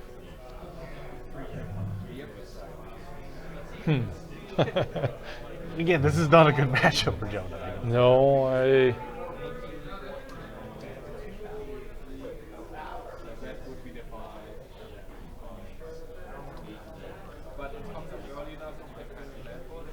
No, I guess it's not you anymore, so I should probably change that. the other issue I have with the Concord Dawn is the, well, with the title, if you've got, you know, a formation of 4 ships, it's going to be awfully tough to get all 4 of them at range 1 so that the title kicks in for you. Yeah. I've honestly been thinking about, I've honestly, like the chat has, been thinking maybe just a Fang at most. I kind of like old T's ability. Although he doesn't seem like the type that would last too long with that ability, because everybody would want him in Arc. And, Tarok. Yeah. And then everyone goes and murders him. Yeah. He's like a more expensive version of Biggs with less hits. Talonbane. Yeah, that's reasonable, and if they really want to ignore him, they can. Oh, it's like There's that too. it's like Carnor Jack's on the table. You want him gone. Like if he's in the way, if he's in the way of them, he's going to die. Yeah. But at least Carnor Jax has the ability to not be in their arc for his ability to kick the in. interceptor. But old Tarok or whatever his name is there, he's got to be in arc, right, for his ability. I'm not actually sure his ability requires. I think his it- ability might. I Yeah. think it's You check since my phone is apparently dying, it has nothing. Are you guys ready to go? Well, when ready. Oh, I suppose I need to renumber them. Which one's Fed? yes. So old Tarok is at the start of combat phase. You may choose one enemy ship at range 1. If you're inside its firing arc, Because there's a ship down there, I'm going to just adjust. discard the camera all the very focus and slightly. evade tokens. Good work, So- Greg.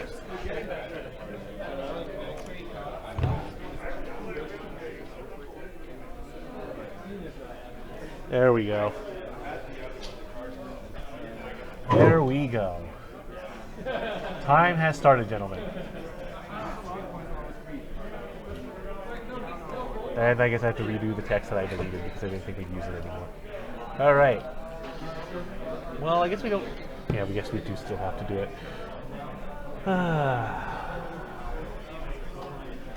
So many things.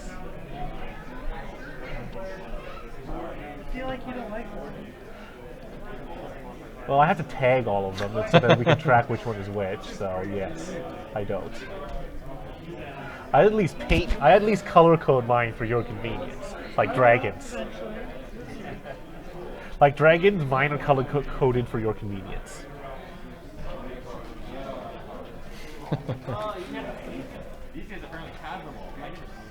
Green's all the same and then seek you out every time I open one. Hey, as long as I'm not doing the stream, I don't care. Make Chris do it. Chris seems to like busy work. And keep that in mind, Greg. Chris likes busy work. I don't hear him denying it.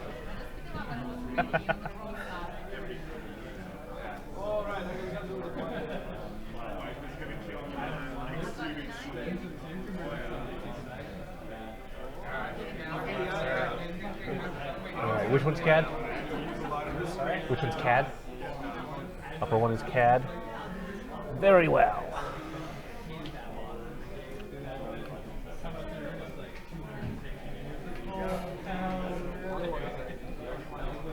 So what do you think of the obstacle placement for this one?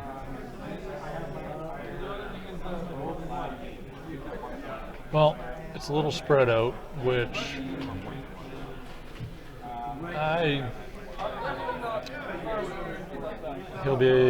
Jonah will be able to keep his ships together a little bit better. Although I noticed this time he placed them out, spread them out a bit. So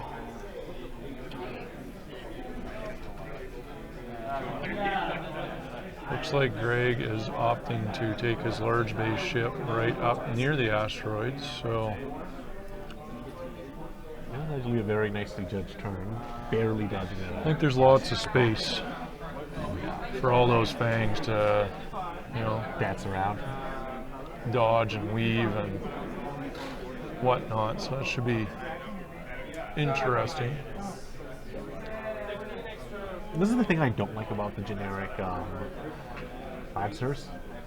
It's an action to rotate their thing. You really don't feel like paying 2 points to let them do it with the gyroscope and target Yeah. modifier thing.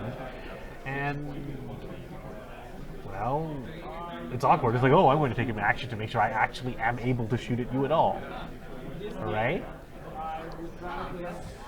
I guess it's a little better than not being able to turn the firing arc, but yeah, using the action, you almost have to turn it and then just kind of circle the board. Only turn it if you absolutely need to after that.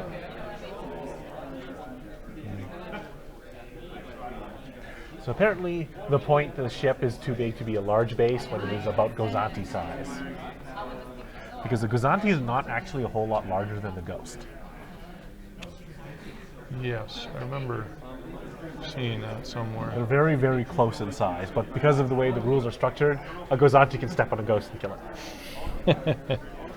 Well, sure, why not? I mean, the Ghost has an evade, and yet no evade dice. Yeah.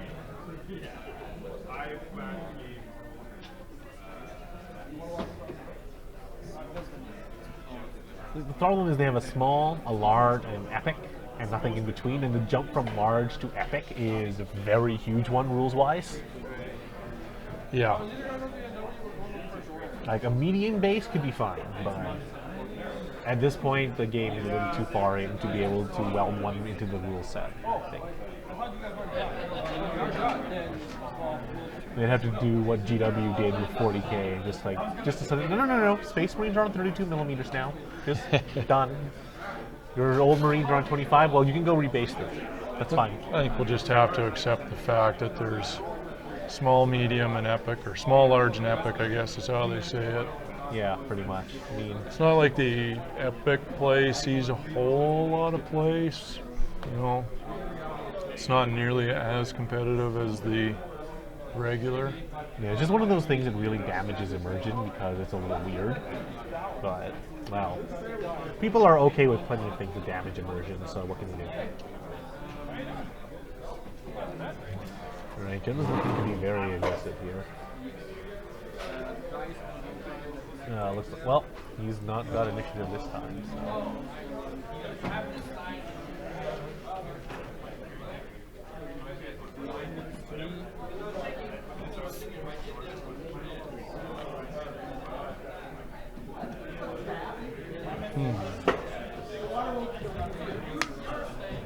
Theoretically, they could do a medium-sized base just in between the sizes of the other bases. There's not actually a lot of reason they couldn't. I think the only thing These are people that aren't used to it. is with the ghost would be that, well, no, medium size between the small and the large base. You could do that, yeah. You could Yeah. also do something potentially between large and epic that is like bigger than large, but The only ship you'd really run into an issue with that is the ghost, right? Because it would Because it should be bigger probably than large. Yeah. but here we are. I feel like FFG was behind that one just because like they want people to be able to fly the ghost. So here's first blood.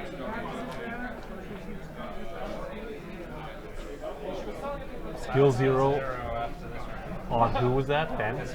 Oh.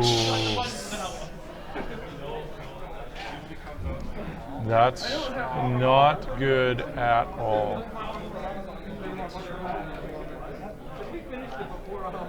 Oh boy. And This is just not being kind to Jonah here. unfortunately, I think he's demonstrating the problem with a 4-hull, no-shield ship. Susceptible That to doesn't crits. have an evade token? Yes.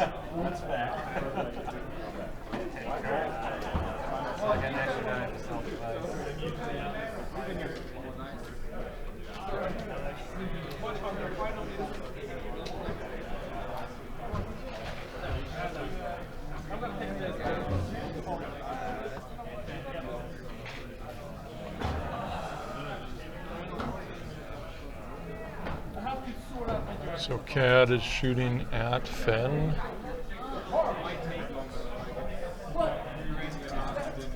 For 1 hit. Yep. And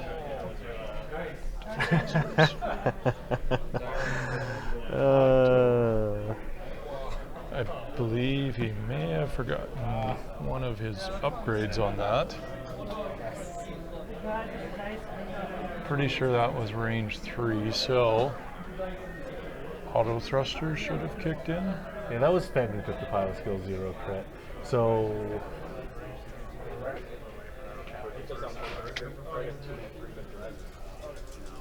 no other damage so far at least, right?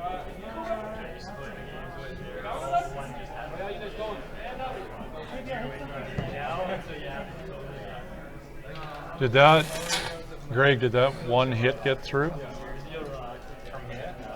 was a direct hit, correct. On Fen. On his Fen? His Fen. Yeah. So that's 1 hull left? Apparently. He rolled quadruple 1. Yeah. Fate is not being kind to him. And may have forgotten auto thrusters. Oh, did he forget auto I thrusters then? believe he forgot his auto thrusters. Yeah.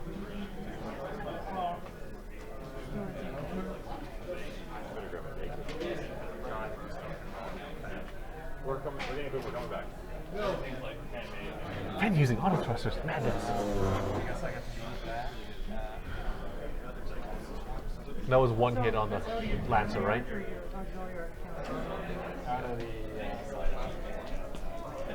mobile.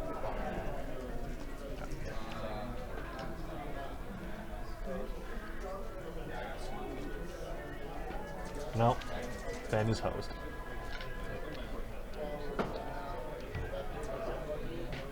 Do you think auto thrusters is good, or do you think stealth device might actually be better? Because they were, Greg and the chat were earlier saying that maybe stealth device is actually correct as the modification for a Fang. In that situation, Fen would have avoided the direct, the crit, the direct hit with auto thrusters if it had been remembered. And I didn't see the dice roll before that to know whether there was a blank in it. I think the situation they're in right now, I think auto thrusters is good for it because it will, you know, stick with you as long as you roll a blank. Well, it's only useful at long ranges. Long range, or when you're arc dodging against a turreted ship. Fair enough. Stealth device is, as it always is, if you crap out on your dice, you could lose it on the first turn. So, Indeed. and it's what, 1 point more? Yeah. I kind of like the auto thrusters for when you're at this range where you're closing, if you're in arcs. Right. But if you can avoid this range, auto thrusters is a waste because he's just staying in close the entire match, and so I would still probably go with the auto thrusters because I don't want to put any more points on Fen than I've already got.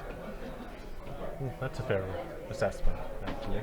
I have seen people using, is it advanced proton torpedoes on him? Yeah, For- Advanced Torps and the guidance ship for the hilarity, yes. And fearlessness, I think, for Yeah. seven dice. Which, when it He's works, six it works. dice, but Add the title as long as you're in the arcs. yep. So 6 dice, one of which is automatically a crit. So yeah, it's kind of hilarious. But it's an awful lot of points to tie on one ship. Which is that fragile, and you're not giving it any defensive ability.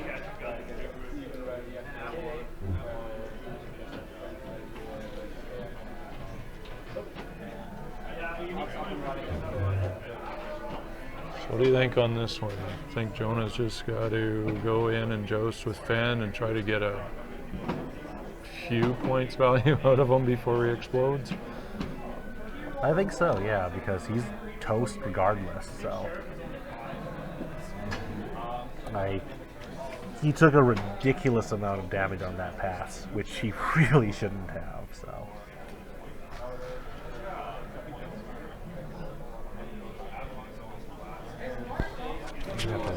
But on the bright side, Jonah, Sentry Box does have dice expansions downstairs if you decide your dice are no good anymore. I was looking at it. They have not treated you kindly so far tonight, I don't think. Yeah, no problem. It's always one or the other. Either you get really good defense and you can't hit, or you get pretty solid. Yeah. So we had K3 or K4 for a free target lock and a focus.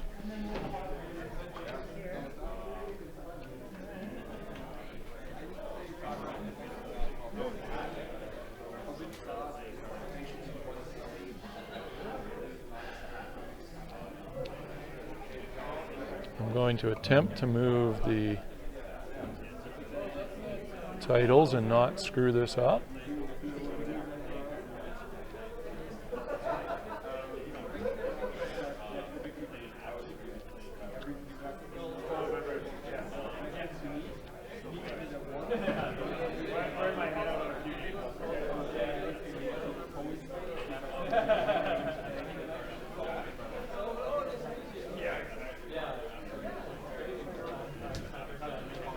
and a target lock on Greg's Fen.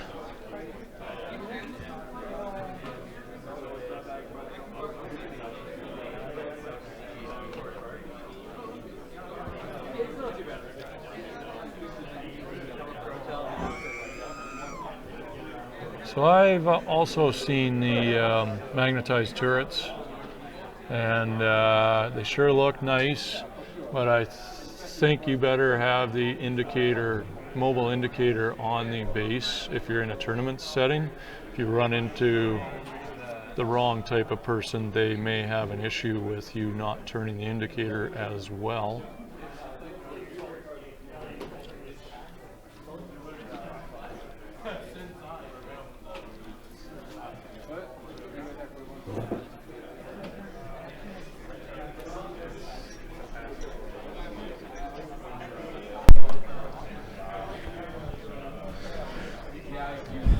Yeah, I've even seen someone slap a Tau railgun on top of the Lancer Jack as a mobile arc indicator, and also as a much bigger turret.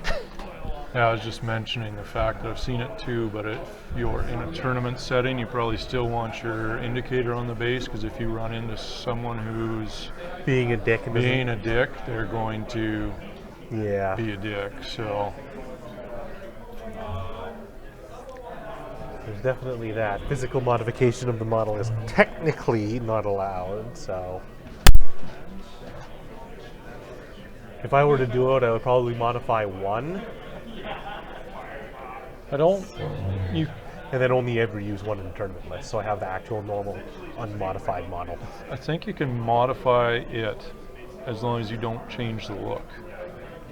So you can because you can paint and that sort of stuff. but Physical you- modifications. Like, I think you can. Like, you can add magnets to the ships for attaching and stuff like that. I don't know about the turrets, so I have to look into that. yeah, that's the thing I was concerned about, because that's a physical modification that actually alters the ship. Pretty big dick to call you on that one, though, I think. Yeah.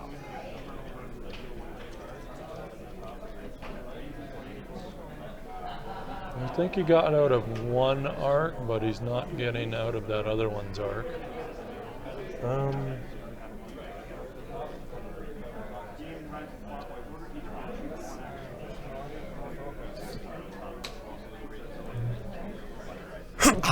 Ooh, excuse me.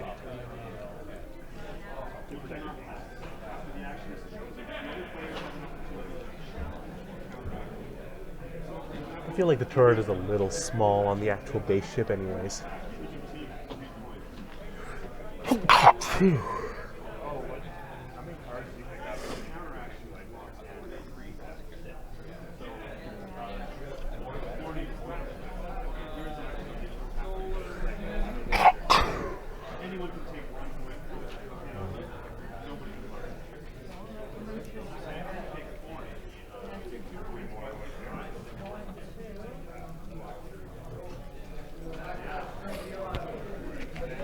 Excuse me.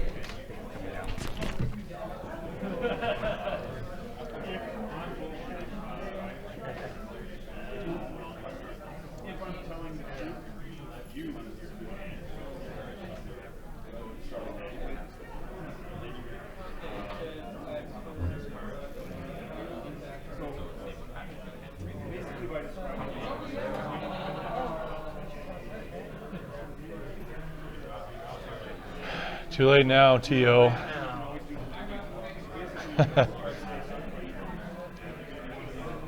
He's going to arc dodge the hell out of you on this turn.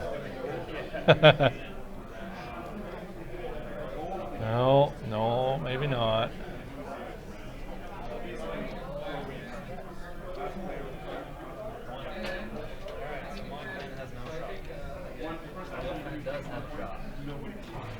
His Fen is pilot skill 0.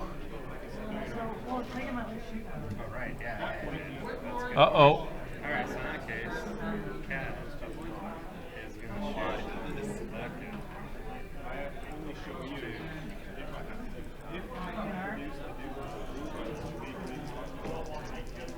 Okay, well, apparently I'm not computer savvy enough to move Fen J over to where he is, so we'll wait till Calvin comes back for that.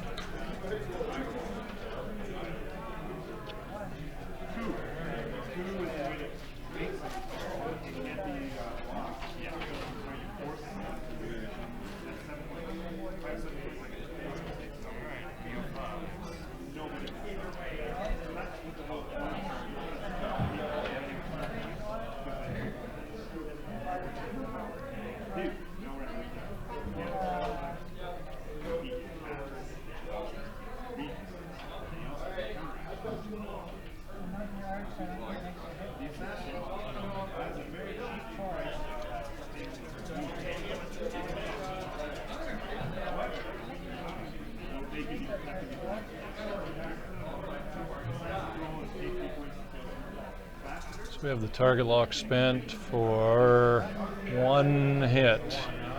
I tried moving the Fen J over and apparently have moved the red outline of the screen, so I stopped touching stuff before I completely blew it up.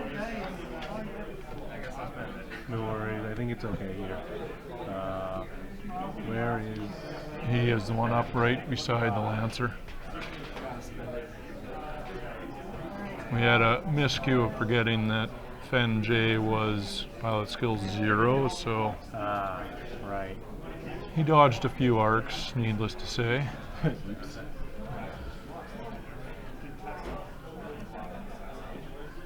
Seems relevant.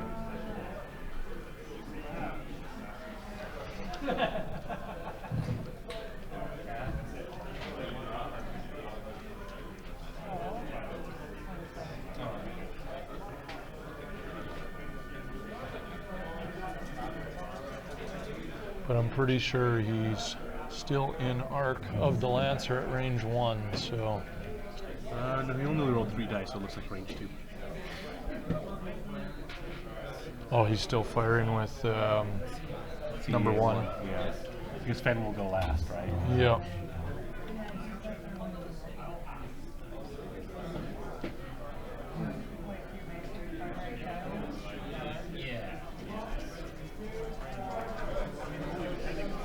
And here's where Fen goes goodbye. Was any damage done to the other protectorates? Looks like one of them took a hit. I am not sure. I am probably the worst co-host you're ever going to have for keeping track of that. Don't worry about it. I am not worried about it.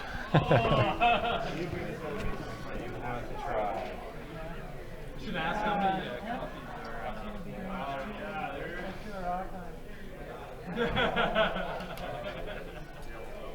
Oh, Fen is still on the board. Somehow.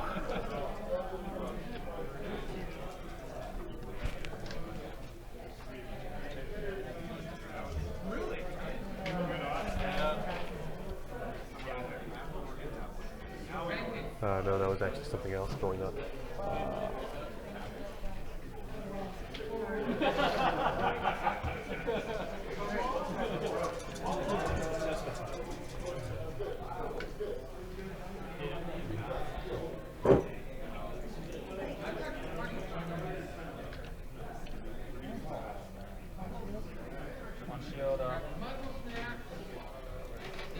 So it's down to 1 shield? Yeah.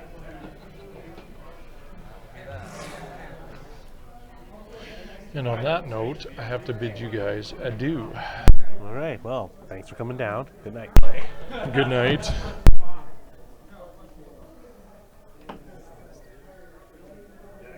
All right, well, that was a range 1. That was a fairly unimpressive range 1 shot. I rolled 2 natural days. Yeah, but he only got 3 hits out of 5 dice plus 1. Or sorry, 5 dice, rather. Just, Yeah, that's average. He had no modifiers. I thought he had a lock. Right. Yeah, that makes no sense.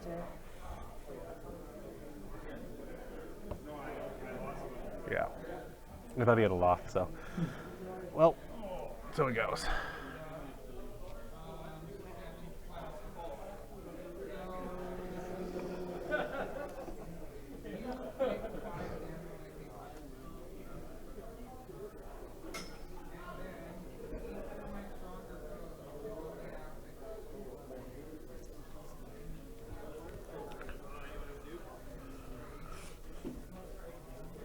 So this is where the chat goes once we decide to actually put it on screen. What do you think of that, Chris?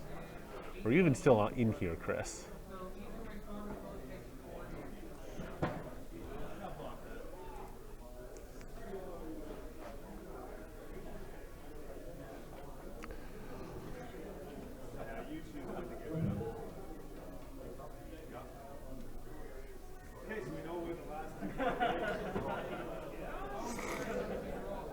To my mind, this is really showing off the real weakness of add an extra die abilities. Unless you're modifying them, they're just not that strong. I want to see Greg's next move. Fair enough. I guess you've got a couple extra minutes for that. Think you know what's coming?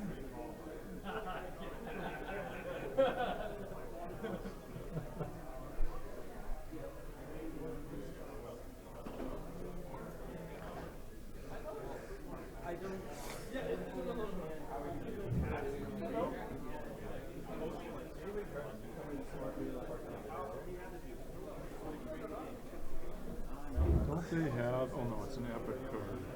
It's an epic crew member that bumps everybody up to hot skill 12 during the firing phase, isn't it? I don't think so. I'm not sure. I don't recall that card. I want to say it is. A one-shot discard, maybe? Oh yeah, those Antilles, maybe?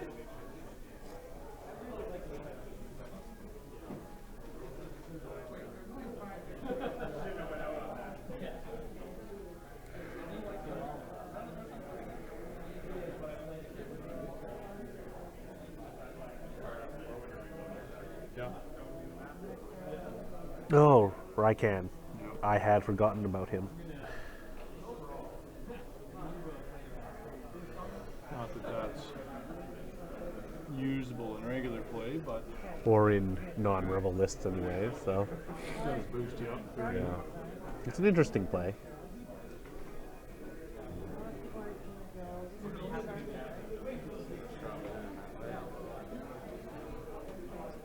My guy, to see.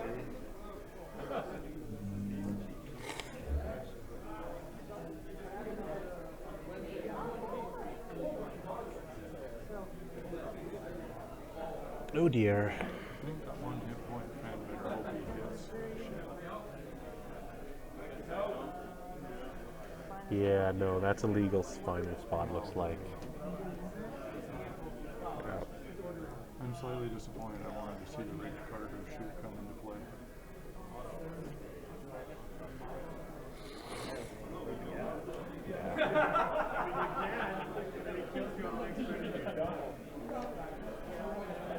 Well, it's not dead.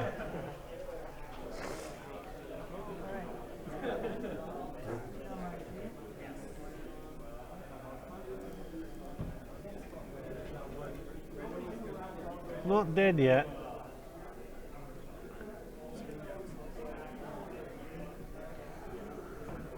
Yet.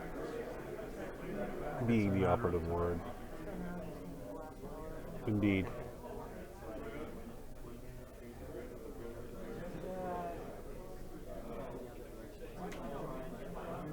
Well, at least you can't block him anymore when he's at skill 0.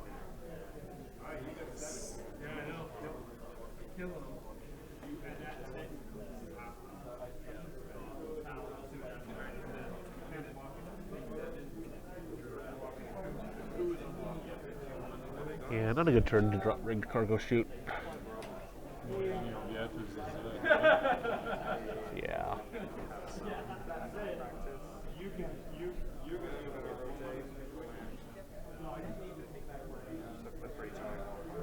all right, I need to go. I didn't get to see it happen. I wanted to see the Rick Cargo shoot operate the first time. Hey, I got it to work once. See you guys later. Have a good one, Clay.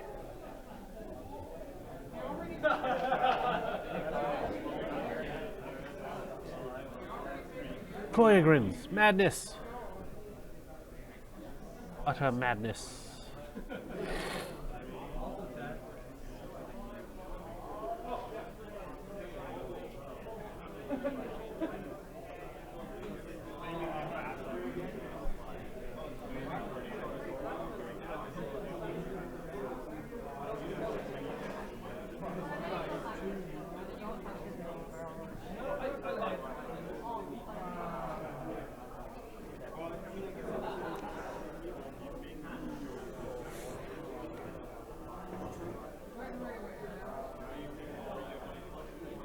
Alright, the big concern here is if Cad is dialed in at some point. The main problem with Cad having the stay on target as the Fang is he is not able to use it every turn, the way Kian Farlander is, because Kian is a dick. Cat is always going to be restricted to using it once every other round. So this round, you can reasonably guess would have been a 2. No, look, it was a 2.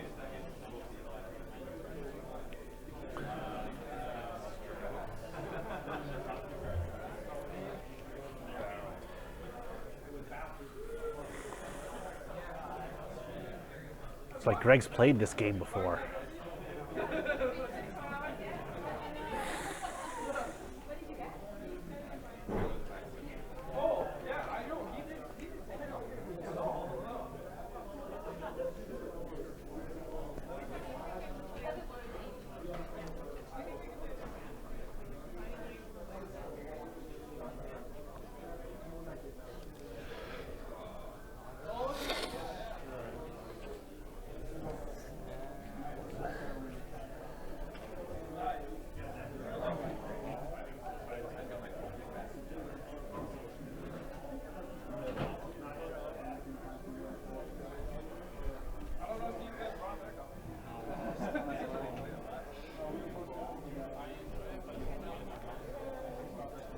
Well, there are a number of good options here for the last action. But I doubt Greg is going to do what I would do here.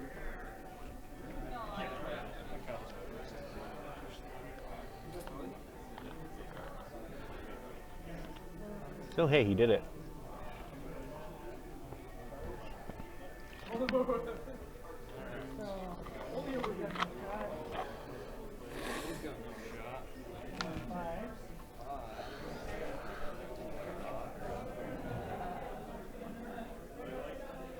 Yep. Neither Concord Dawn Ace has a shot.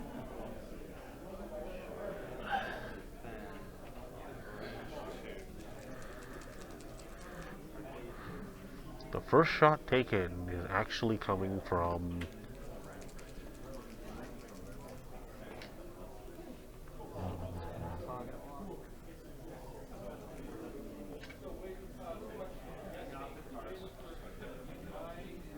the Lancer.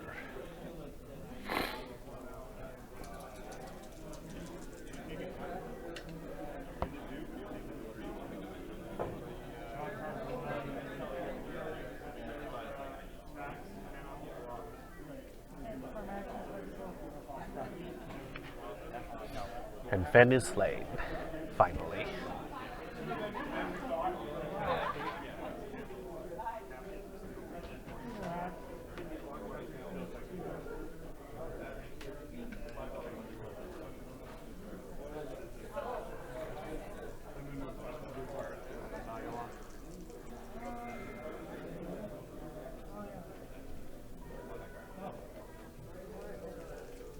Two from the Benair Pirate.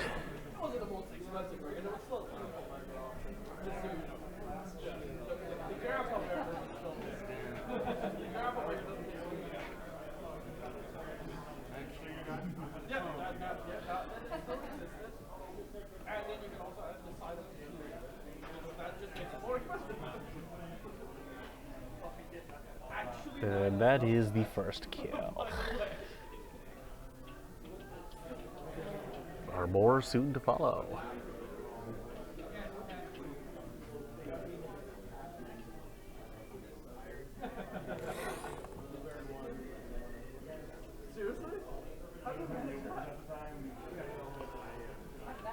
Honestly, Greg is rather split up here, so he is going to be looking to reform, but because he is split up, Jonah has difficult questions to ask about which ship he wants to try and pursue.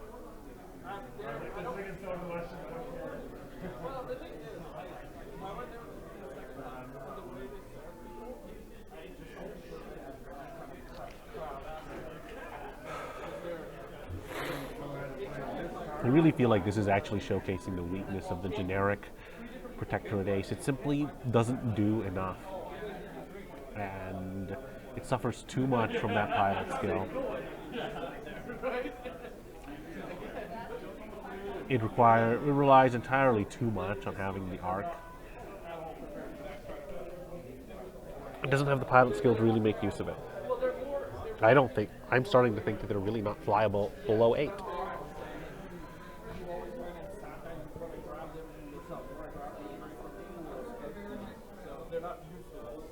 Okay. We'll hide the scoreboard briefly because Greg has decided to fly his ship up there now.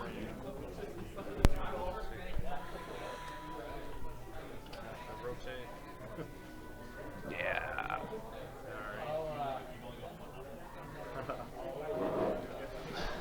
Play on both sides of the board. Yeah, so take a free time on rotate one. Yeah, I'm gonna try something.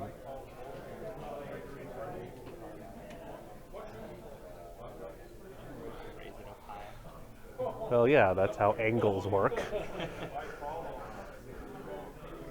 Should give us a little more space.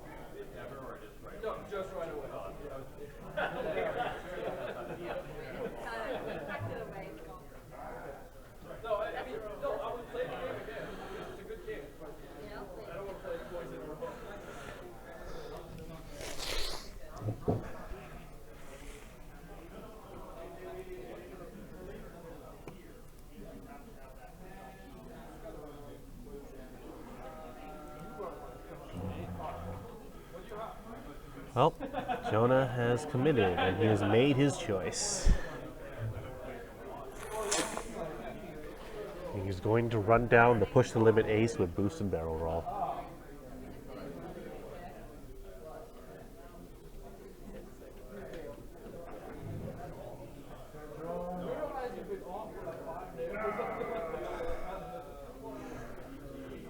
I can't say it's a decision I would have made, but it's hard to pursue anything else at this point. The Lancer was in a very awkward position for the aces to turn on. Unfortunately, there's a very good chance that Greg will just be able to get his Fenral out of this.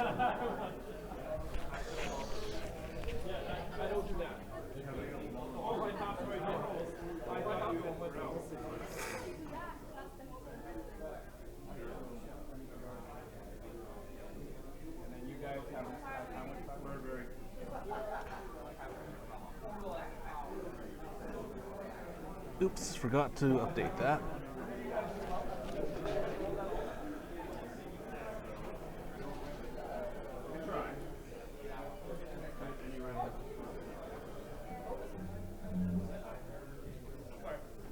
Looks like Greg's not going to be able to get out of both arcs. But one is better than none.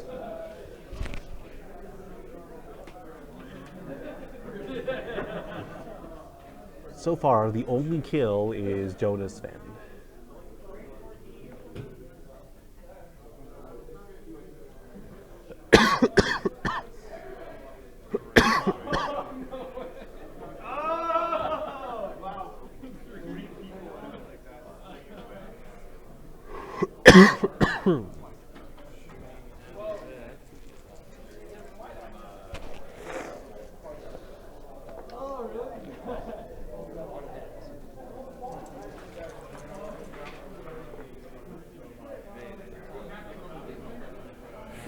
One shot from Greg's Fen is easily evaded.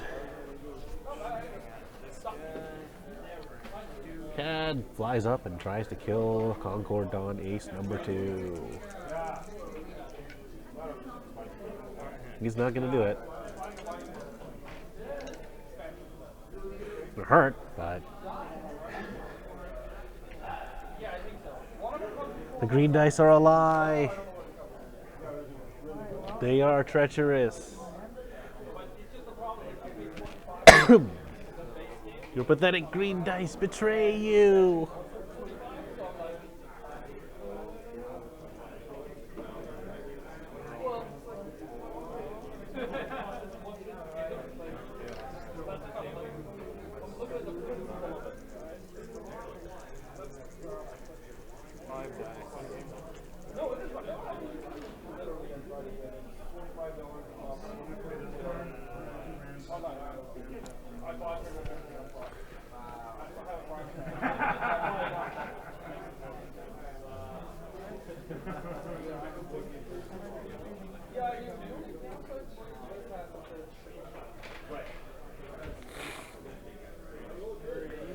And this is why it's such a chore to try and kill Fen. That stealth device, very obnoxious to cope with.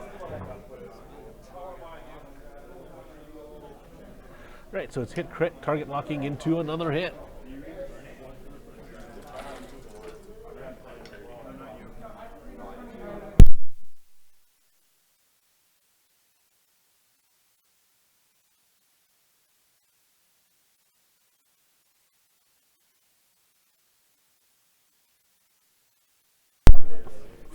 With the shields down on the headhunter, it's not going to last a lot longer. It's going to want to block, because that's all it's able to do.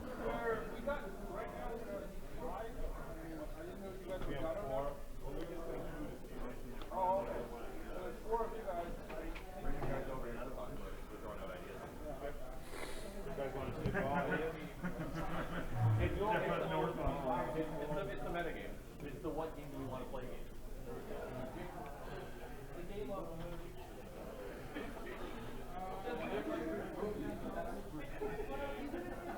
You never watched West Side Story?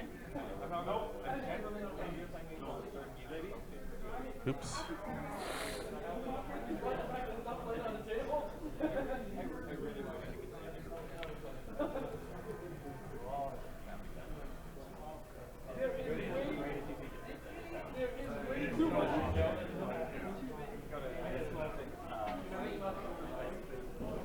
Shannon.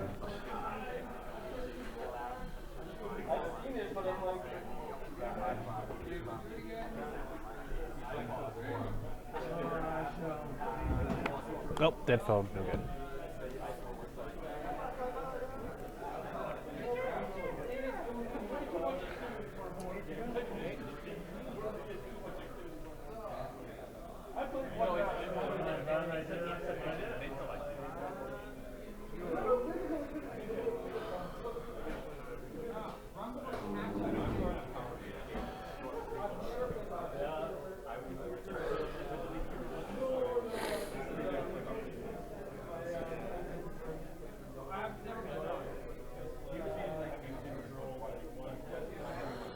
Fortunately, Jonah's in a very awkward position.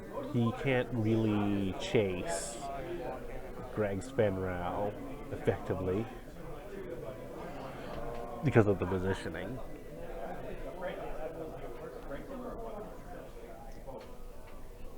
Because the space he would want to occupy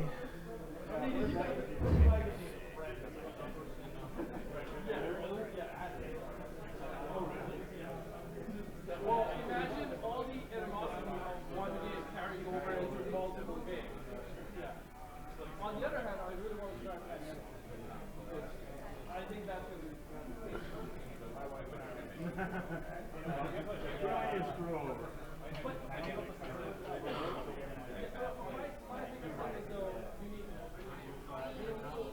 Right, looks like he's gonna actually turn on Cad. Because he didn't do anything to Ven. Not a bad idea, actually.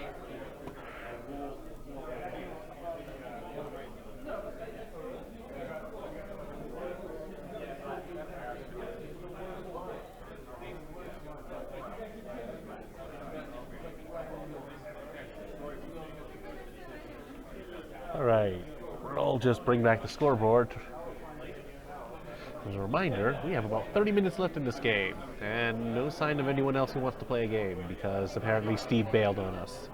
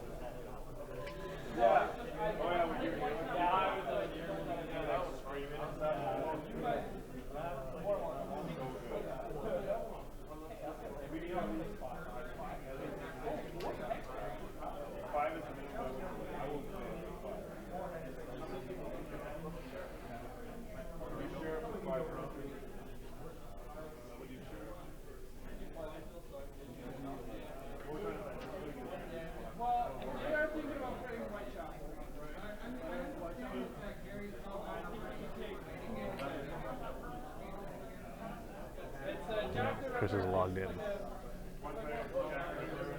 Jack the Ripper is one. Yeah, no. And the rest of them are I just like that game. Get this game moving along. Yes, it is very much like this game. Lots of work.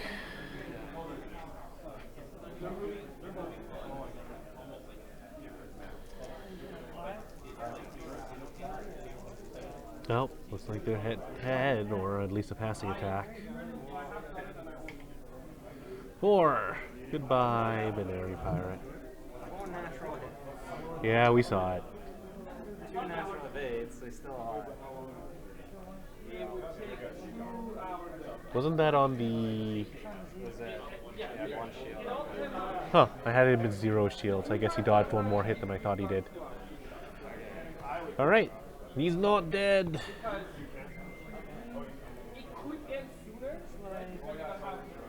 Somehow. Now the moment of truth. Are you range 1? With a close range, horrible brawliness. No, looks like no.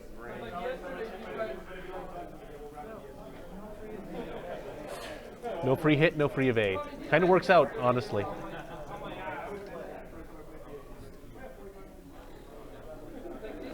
Well, actually, you would rather have the free evade, I guess, since he doesn't have fearlessness on CAD. Who jokes?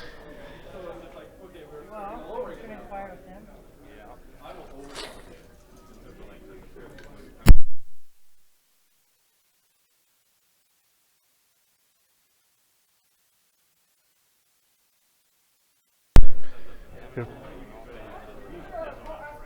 Your pathetic dice betray you. Alright, that is a damaged engine on CAD.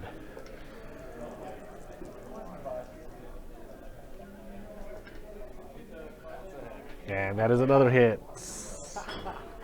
Okay. 6 green dice, 1 focus, no evade. 1 evade, no focus. No, I thought you got a focus and not an evade? I evaded Oh, okay. 1 from his shot. Alright, so 6 dice, 1 symbol. Good enough. Yeah, Good enough description anyways. Not a very good result, but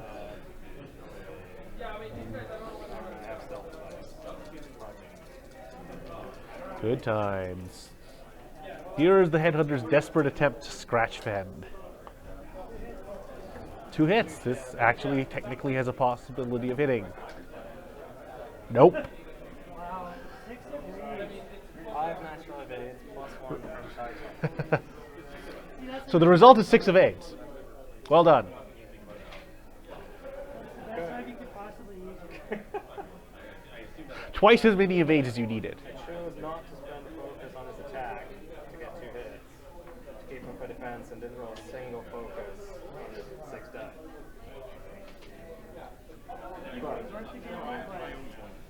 It's playing conservative and it doesn't think. Given how your dice were.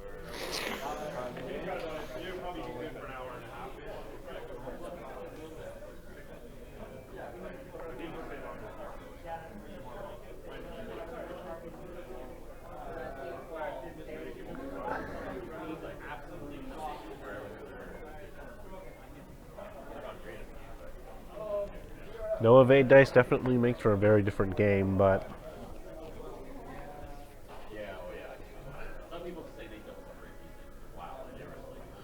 it is, I suppose, more reflective of how naval combat would work in Star Wars. There's no avoiding a turbo laser salvo from a Victory class from an Imperial class Star Destroyer. If you are a Corvette and you are right in front of an Imp Star Deuce, you are going to die, unless it doesn't try to kill you.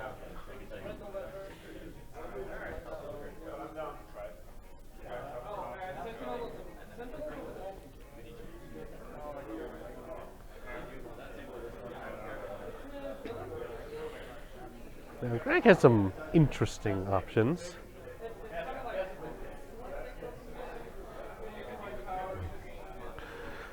The big advantage of the K4 on the Shadow Port is that they can actually just run straight in there and actually get its turn moving while having a target lock, which really does solve the problem that I have with it of having action inefficiency. But the result is you are still spending your entire build on moving it. So you still only have one target lock and a mobile firing arc, and you still don't get to predict the enemy firing arc particularly well. It's kind of awkward.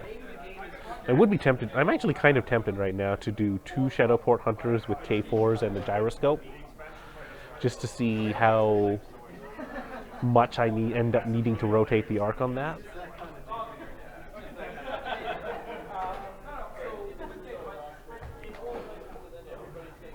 Like, here, it doesn't seem to be doing a whole lot for Greg, but largely that's because the fight hasn't been taking place near it.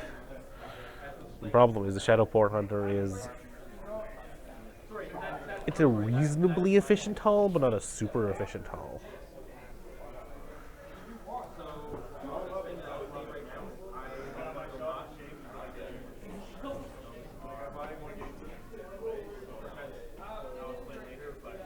Okay, looks like the Headhunter's going to run straight in and hope to pin down Cad. We'll see if it pays off.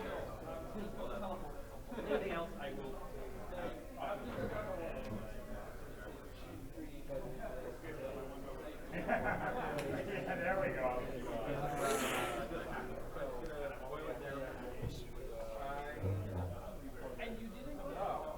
Fortunately, here comes the Lancer. There are some pilots or pilots that if you have a target in your primary and you're mobile, then something happens. It means if you're mobile in your primary,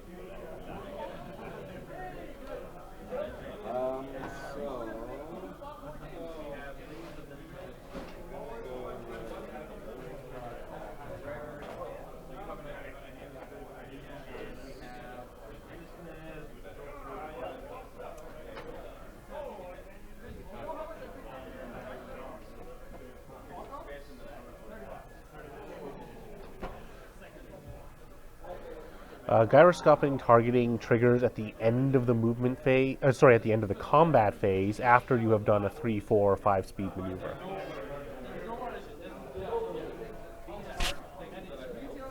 So basically, go fast.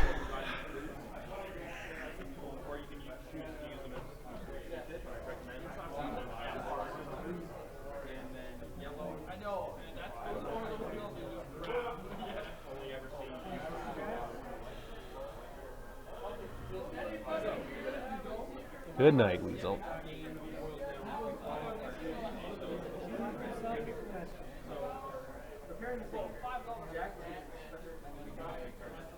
And Jonah double bumps.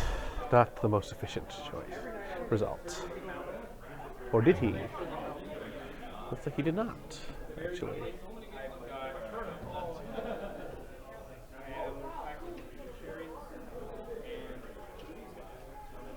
Oh, no, he did, I guess.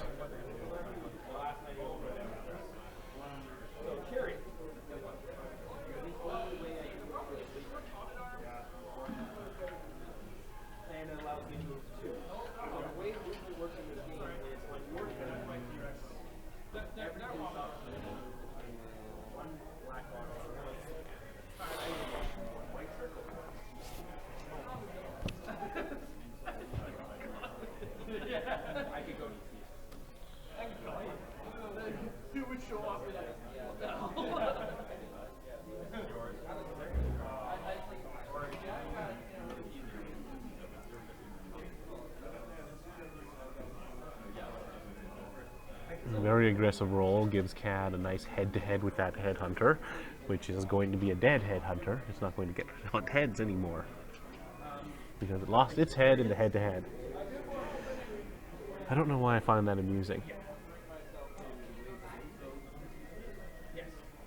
Now, Fenn is going to be out of the fight for this round, but that's not really a big deal when Jonah doesn't really have much to do, aside from probably die. He might do some damage to that Lancer, though.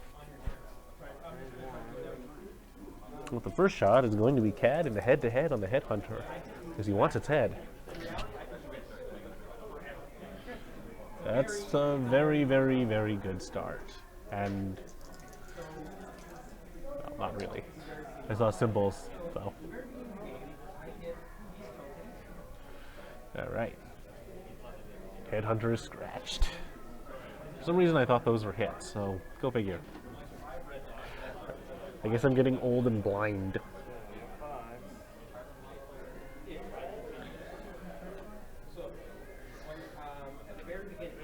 Here come two unmodified 3-on-2 shots. How good will they be? 2 and 2.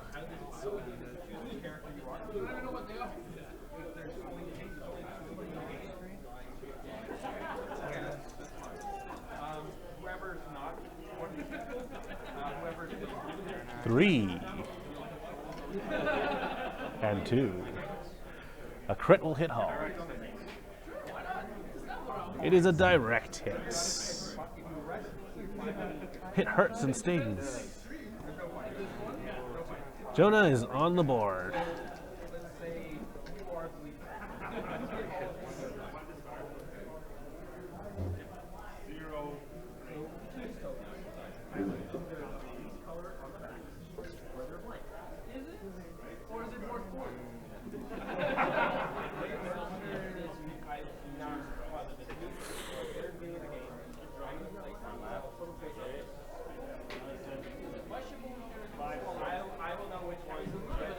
I honestly think these two games have actually showcased very clearly that the Protectorate fighter is extremely strong if it's allowed to arc dodge and pick its engagement range, but when it's not, it can be fairly underwhelming.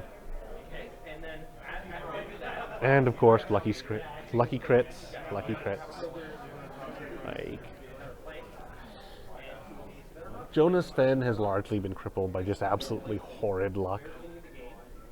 But the two Concord Dawn aces, I do not believe have been performing at all.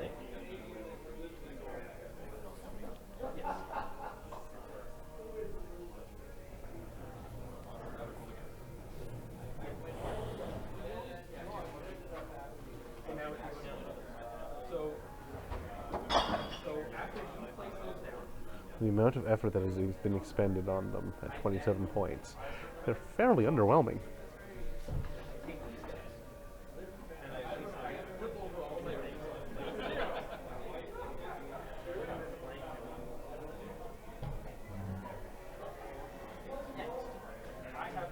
I honestly don't think I could say they have been as impactful as, say, a TLT Y-Wing would be in the same spot.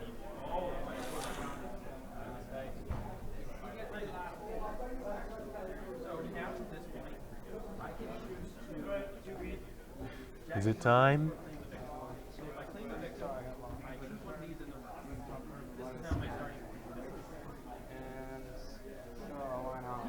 It's time!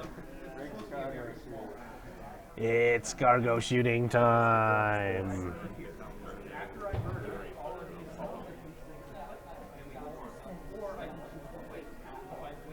It's rigged!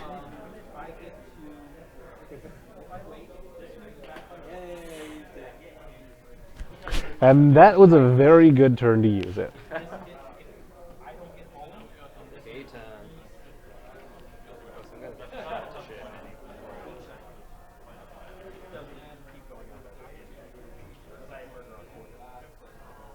Because those fangs K-turning over, it means actions go away now for a long time, because he's going to hit it again on the way out.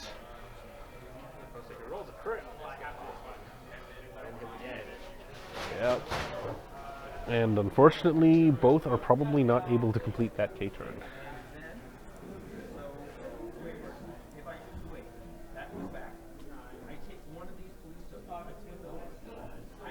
Oh hey, they were. Interesting. Yeah, both double stressed, both about to take a third stress next turn. Not really good.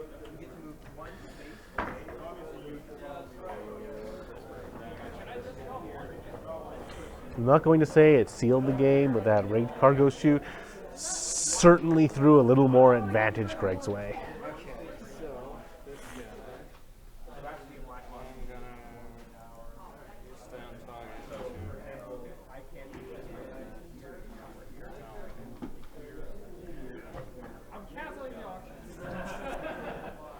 Stay on target to Talon roll. Good times.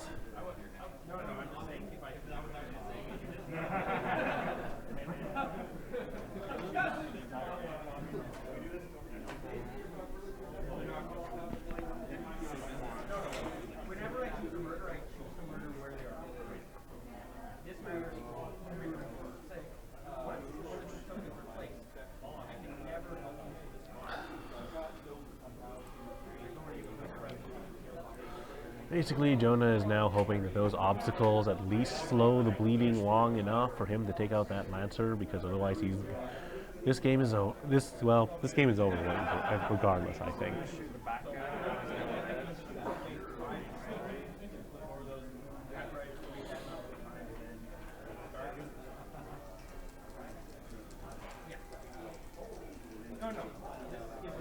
It ain't over till the fat lady sings, but she's in the back warming up her voice, so.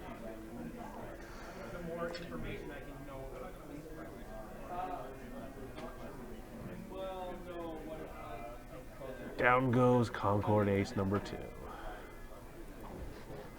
Don't expect very much. So let's say I do. Here, the rest of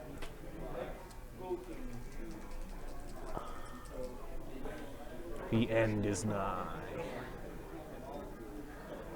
that's rubbish.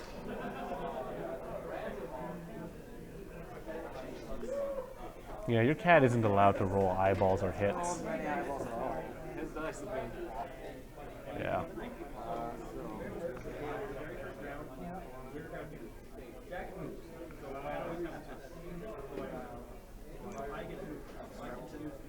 Not inside the mobile firing arc.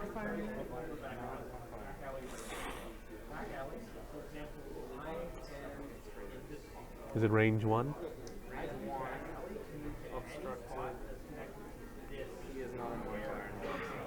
Yep. So 4 dice. Couldn't it be 4?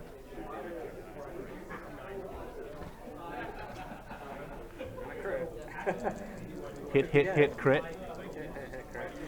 That's a pretty good natural roll. There's a 1 of a.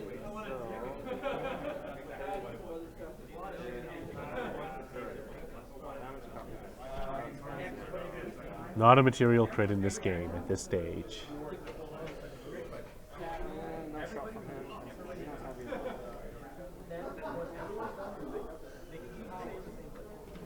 Now, the question is, can Jonah finish off the Lancer for pride?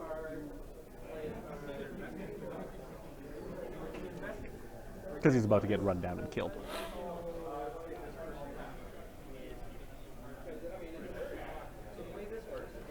He's not taking that stress moving. That's okay. Hey, you got 18 points.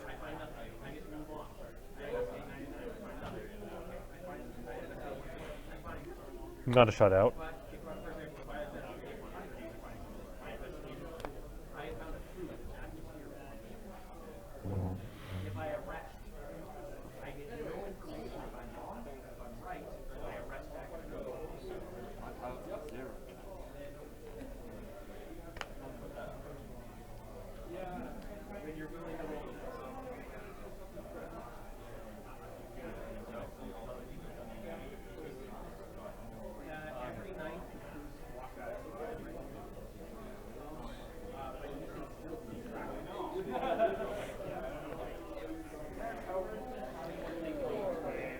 Unfortunately,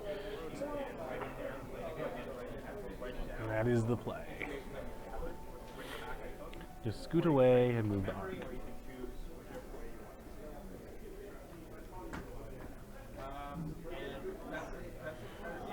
You kill yourself on the asteroid. How many health points does that one have left? Yeah, that was his first time. Okay.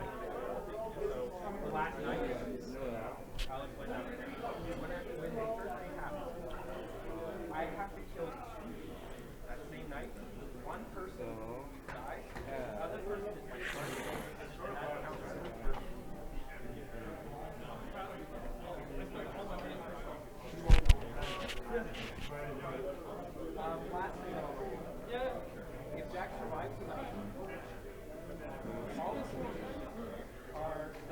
This is not going to give him a shot, I don't think. But position. Position.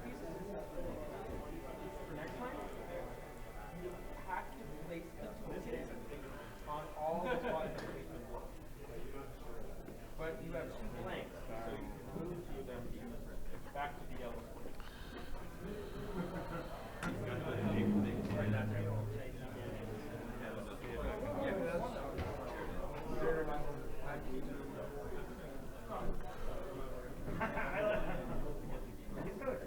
Looks like you can boost.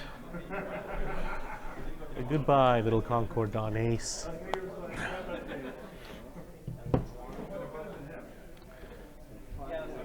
Sure, no modifiers, but, well. I think the last time we played this, we got two moves on 4. Sometimes the dice are just kind.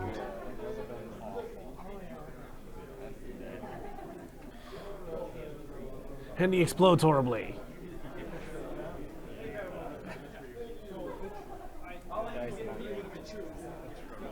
And a horrid, horrid end for poor Concord on Ace number 1. I'm not giving up on the No. one day. So, there you have it.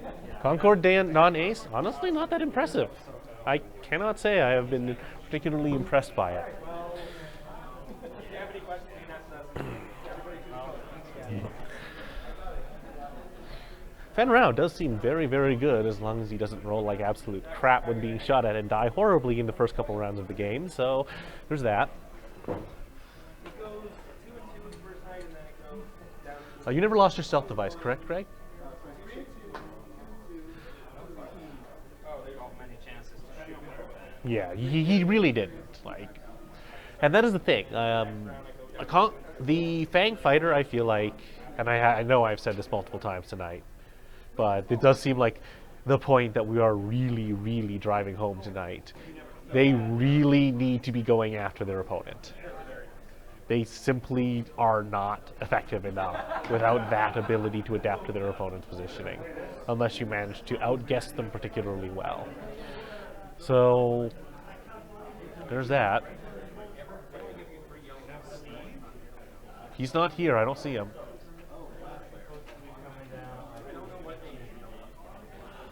Looks like he decided not to, so. Of course not. He was in the chat at least like 20 minutes ago, half an hour ago, something like that. Yeah, well, unfortunately my phone has died, so I haven't been able to check. Because somehow my battery life appears to have vanished overnight. I don't know why. I don't know. I feel like we have a fair bit to talk. We can talk about. So, yeah. Yeah, we'll give it a little bit. Yeah, we didn't tell Chris to come down, so it's your fault. Well, he messaged later, and then I said probably should have come down. I'll have to check what I actually said, but yeah, I said probably should, I think. Well, the people who said they would be here were here, except for Steve and Millie. So, yeah. At least Millie said he wasn't coming, so. I can't check what happened since then because, well, phone. Phone failure. So, yeah. See, Yeah, Chris, I we said told you, we're maybe. destroying your brand. You were warned. Willie warned ya, but you didn't listen.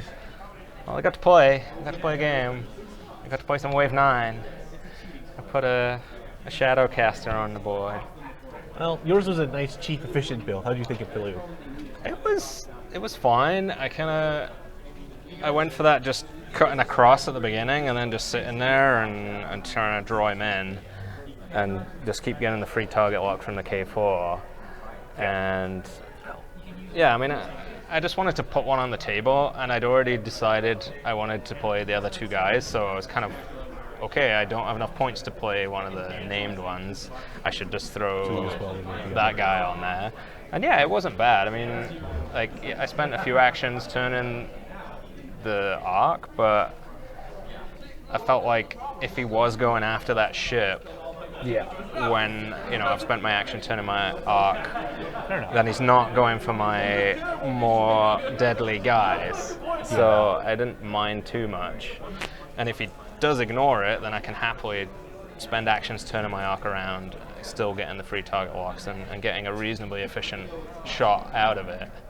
So wasn't too bad. But yeah, Fen I kind of was a little cagey with for the most part. I didn't want to go head to head with two of his guys, especially with fearlessness. So whenever possible, I was just trying to get out of his arcs with him, and most of the time I was able to do that. CAD was it was interesting. I mean, it gave me options sometimes, but it just so happened in that particular game that the occasions where I used his ability got the 2 focus tokens. I did not roll any eyeballs. Or I chose not to spend them offensively and save them for defense and didn't do anything. But I mean, in that particular game, he's got like 2 5s and a 1, so CAD's actually not horrible. Yeah, and his ability is I decent. commented on that. Like, it's a very, very awkward list for Jonah to fight against because stay on target allows him to actually do a fair bit of arc dodging. Just because, like, even with he can either take the maneuver he dialed in and roll or boost, or he can just take another maneuver and just not be in the spot where he was going to. Yeah. It's really awkward for him. Against something like Clay's list, it's very much less good. Yeah, man, and that is what I've been saying over and over again. Like, the Concord Dawn aces are very good at preying and on lower pilot skill things, but they're really awkward against anything that has the ability to reposition at a higher pilot skill. I mean, not unlike TIE interceptors, the lower pilot scale TIE interceptors, they would probably be pretty good against low PS stuff, but no, the thing is, you'd still be taking push on them, and it's not really efficient anyways. Right. Because they don't have the pilot skills to be really something. Yeah. Well, But I like the ship though. I think it is an interesting ship. I wanted to try CAD with stern target just to see how much fun it was to fly, and it was kind of fun. yeah, that's fair. I mean, I wouldn't he was play trying it. to make stay on target work for years. Yeah. Looks like somebody finally printed something that would let it work. Yeah, I mean, he's at that point he's basically just a 3 attack dice, 3 defense dice guy who can get some tokens, but he's got. The thing I don't like about it is he has a lot of trouble dropping that stress, so he's not really going to be doing it every other turn. Yeah, that's the thing. It's like, yeah, you can do that, but at best every other turn, and realistically once every 2 or 3 turns, probably. So, I might have got it. I think I might have used it 3 times in that game. But yeah, I liked. But it was efficient enough against what you were facing. So Yeah. It can't, like, I don't think it'll break into competitive, but I think it's a great casual ship. Yeah. I think that game was almost decided by Jonah's bad dice in that first couple of turns. Yeah, we noticed that on that second shot, the direct hit, did you guys forget auto thrusters? He forgot the auto thrusters. Well, I forgot as well. We both forgot. And then we forgot the pilot skill 0, which actually would have been quite relevant on that turn. 'Cause that's Yeah, when that we were one coming in. we also noticed for sure. So, So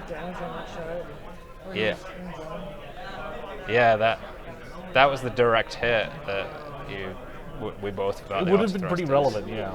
It would have been too Oh, helpful. absolutely. Yeah, it would have been huge. So it's almost like I feel like that game was not Not a game of record, Yeah. shall we say.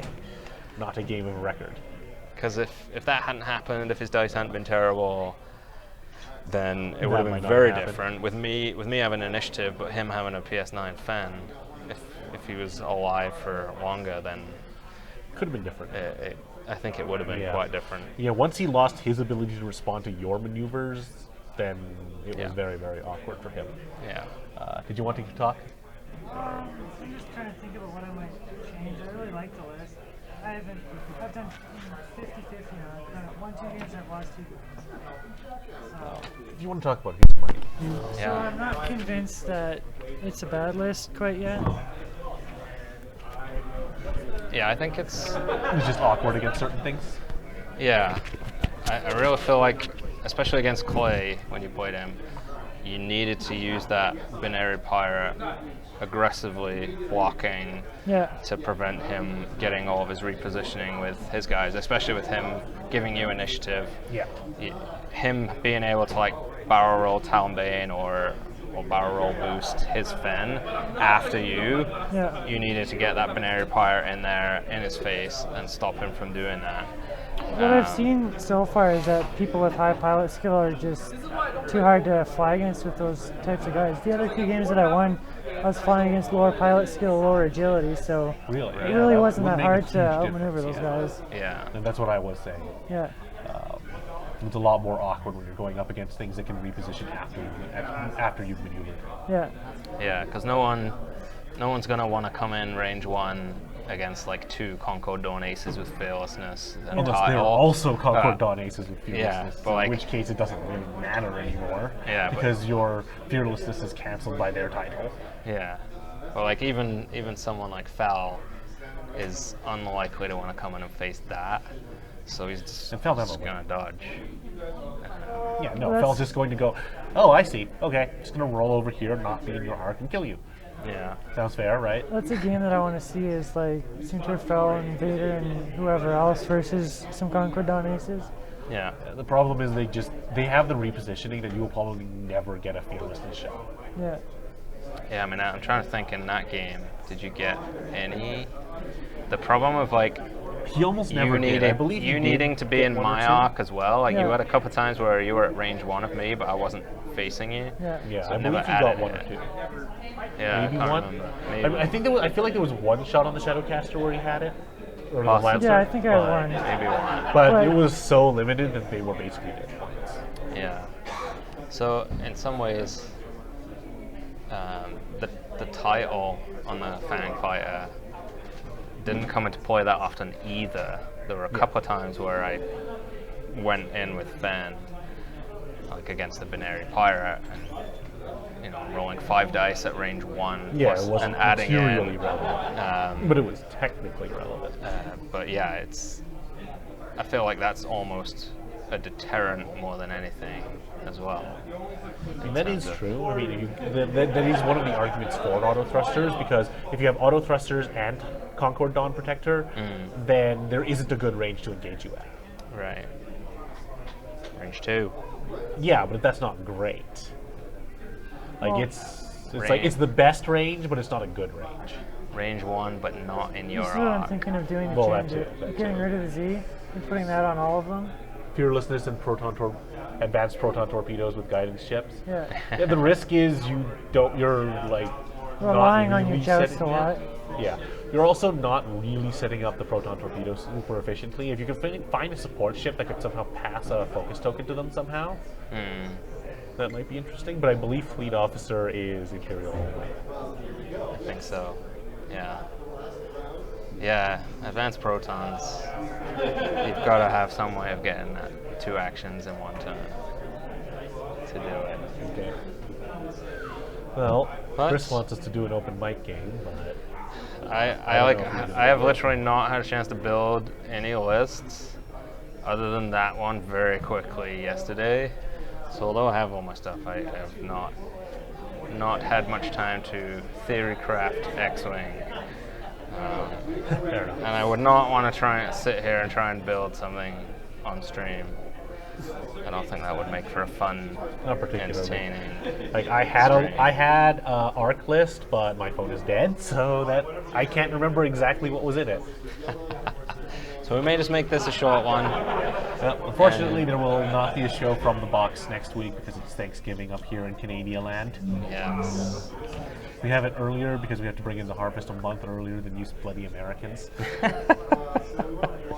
But I think Chris is planning on doing a show from his basement, I believe. I don't know for sure. He can probably confirm that. Depends. If his in-laws aren't gone and demand a big Thanksgiving dinner with the family, maybe not. Well, We'll he's in see. chat. He can weigh in on this one. Yeah. But yeah, I guess regular stream will be back in 2 weeks. And I believe Chris is back for that one.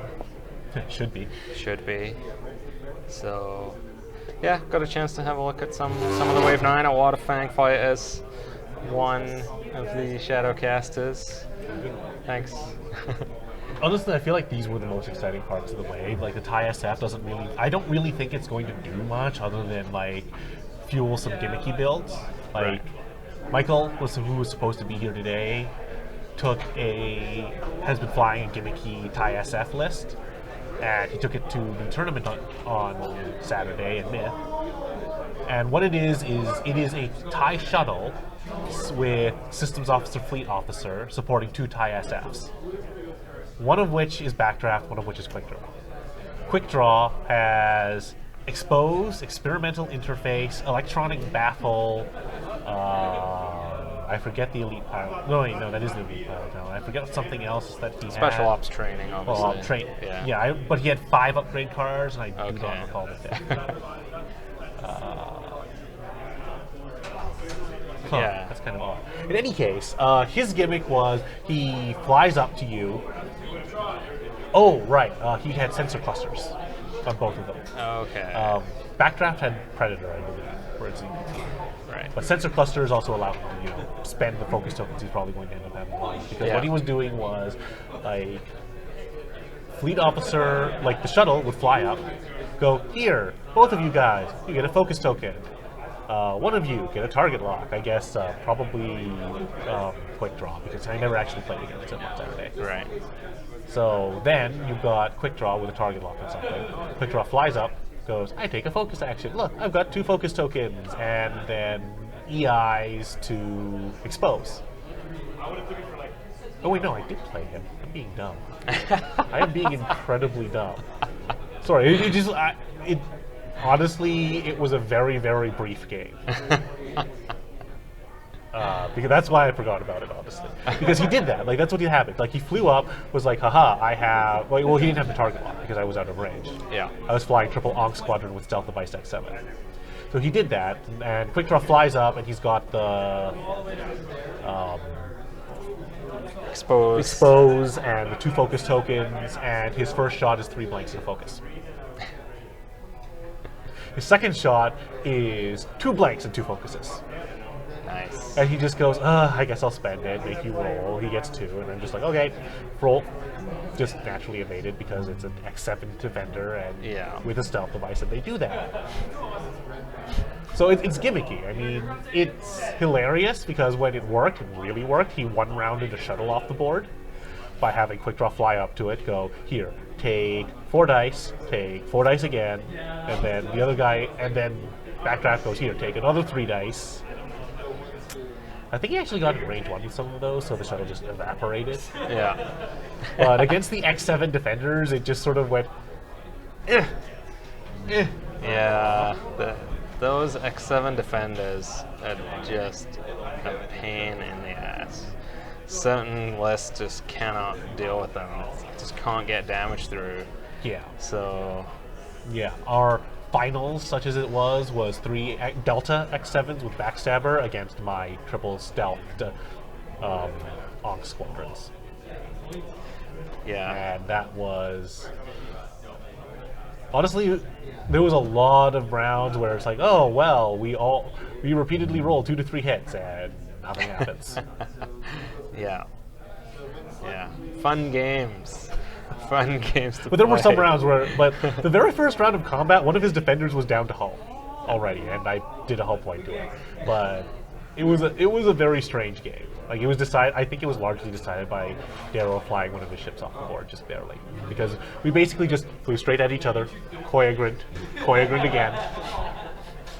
Just sort of like, and then he ended up just going, okay, he tried to run away for a turn and then Koyagrind, but he deployed in sort of a staggered formation, and after the bumping and the staggering, like, one of the ships apparently had been knocked just enough off course that it ended up going off the board.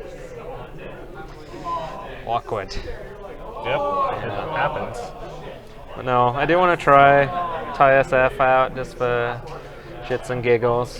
It looks like you could do some really entertaining things with it, just like I don't feel that they're reliable enough to be competitive. No. But, honestly, that feels like a lot of this wave. Like, there are some entertaining things you can do, but I remain unconvinced. Yeah. Well, Like there may well be something that I haven't seen. Like I've heard, like you mentioned, Terrence has something sneaky planned for a pair of Lancers. yeah, he didn't give me any details, but Yeah, probably he because thinks he they're doesn't going to want be spoiling good. his secret technique. He thinks TSF is terrible. He thinks Lances are good. Ox, well- I'm kind of still. I've not really thought much about. Some people like one thing I've seen is Braylon Stram is a stress hog Yeah. because he can get rid of his stress, and you can give him a tactician and randomly double stress people. Oh look, you're in my arc at range 2. Haha, double stress.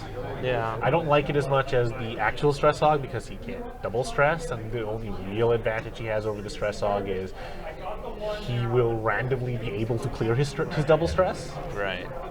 Yeah. But a lot of the time, and he will only ever generate 1 stress. Yeah. But at range, but he doesn't do as much damage, and he will randomly just not do as much. Yeah. But he can stress from 2 arcs, so that's an upside. Costs probably. little bit Braylon's more. 20 something, Yeah. So yeah, I don't know. Seems a little but gimmicky. he doesn't need the TLT. Is the Right. thing. Yeah. He doesn't need the TLT.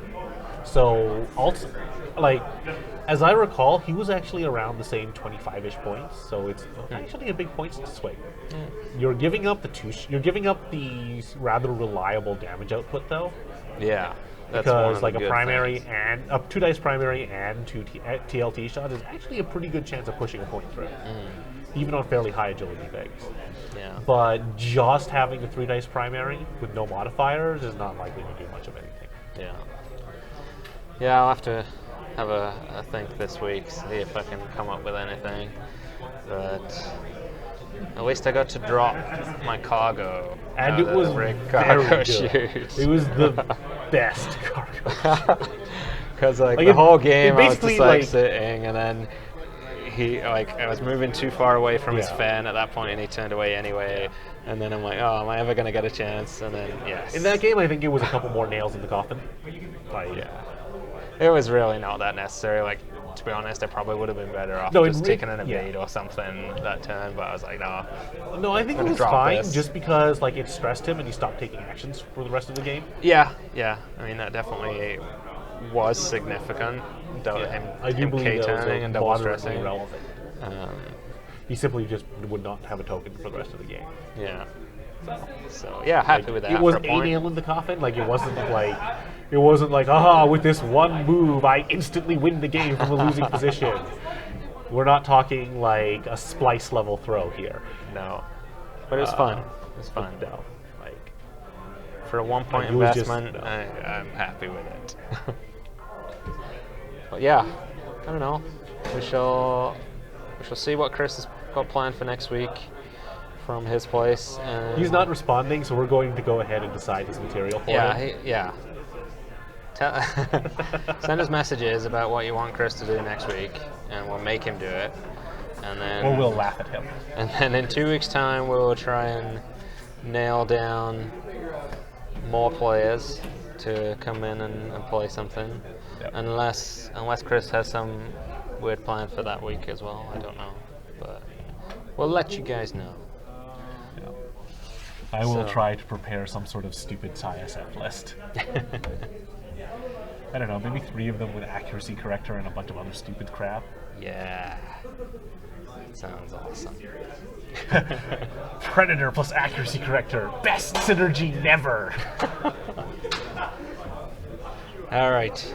Well, we could potentially record a could show do on that. Sunday. And then We'll broadcast see. it. I don't know, well, Yeah, because we are doing a staff. Well, we're if doing a you staff want. Heroes of the Ituri cluster on Sunday night, so we could potentially record that and let you guys laugh at all of us doing our heroes. But I'll talk to Chris and we'll see. So I think we should call it a night right there. before we get a little too off topic, yeah. Yeah. Thanks for joining us tonight, guys, and sorry for the short show and the lack of people to put tiny plastic spaceships on the table for your amusement. But it looks like no one's really responding at this point anyways, aside from Chris, so All right. So thank you. see you next and time, good guys. night.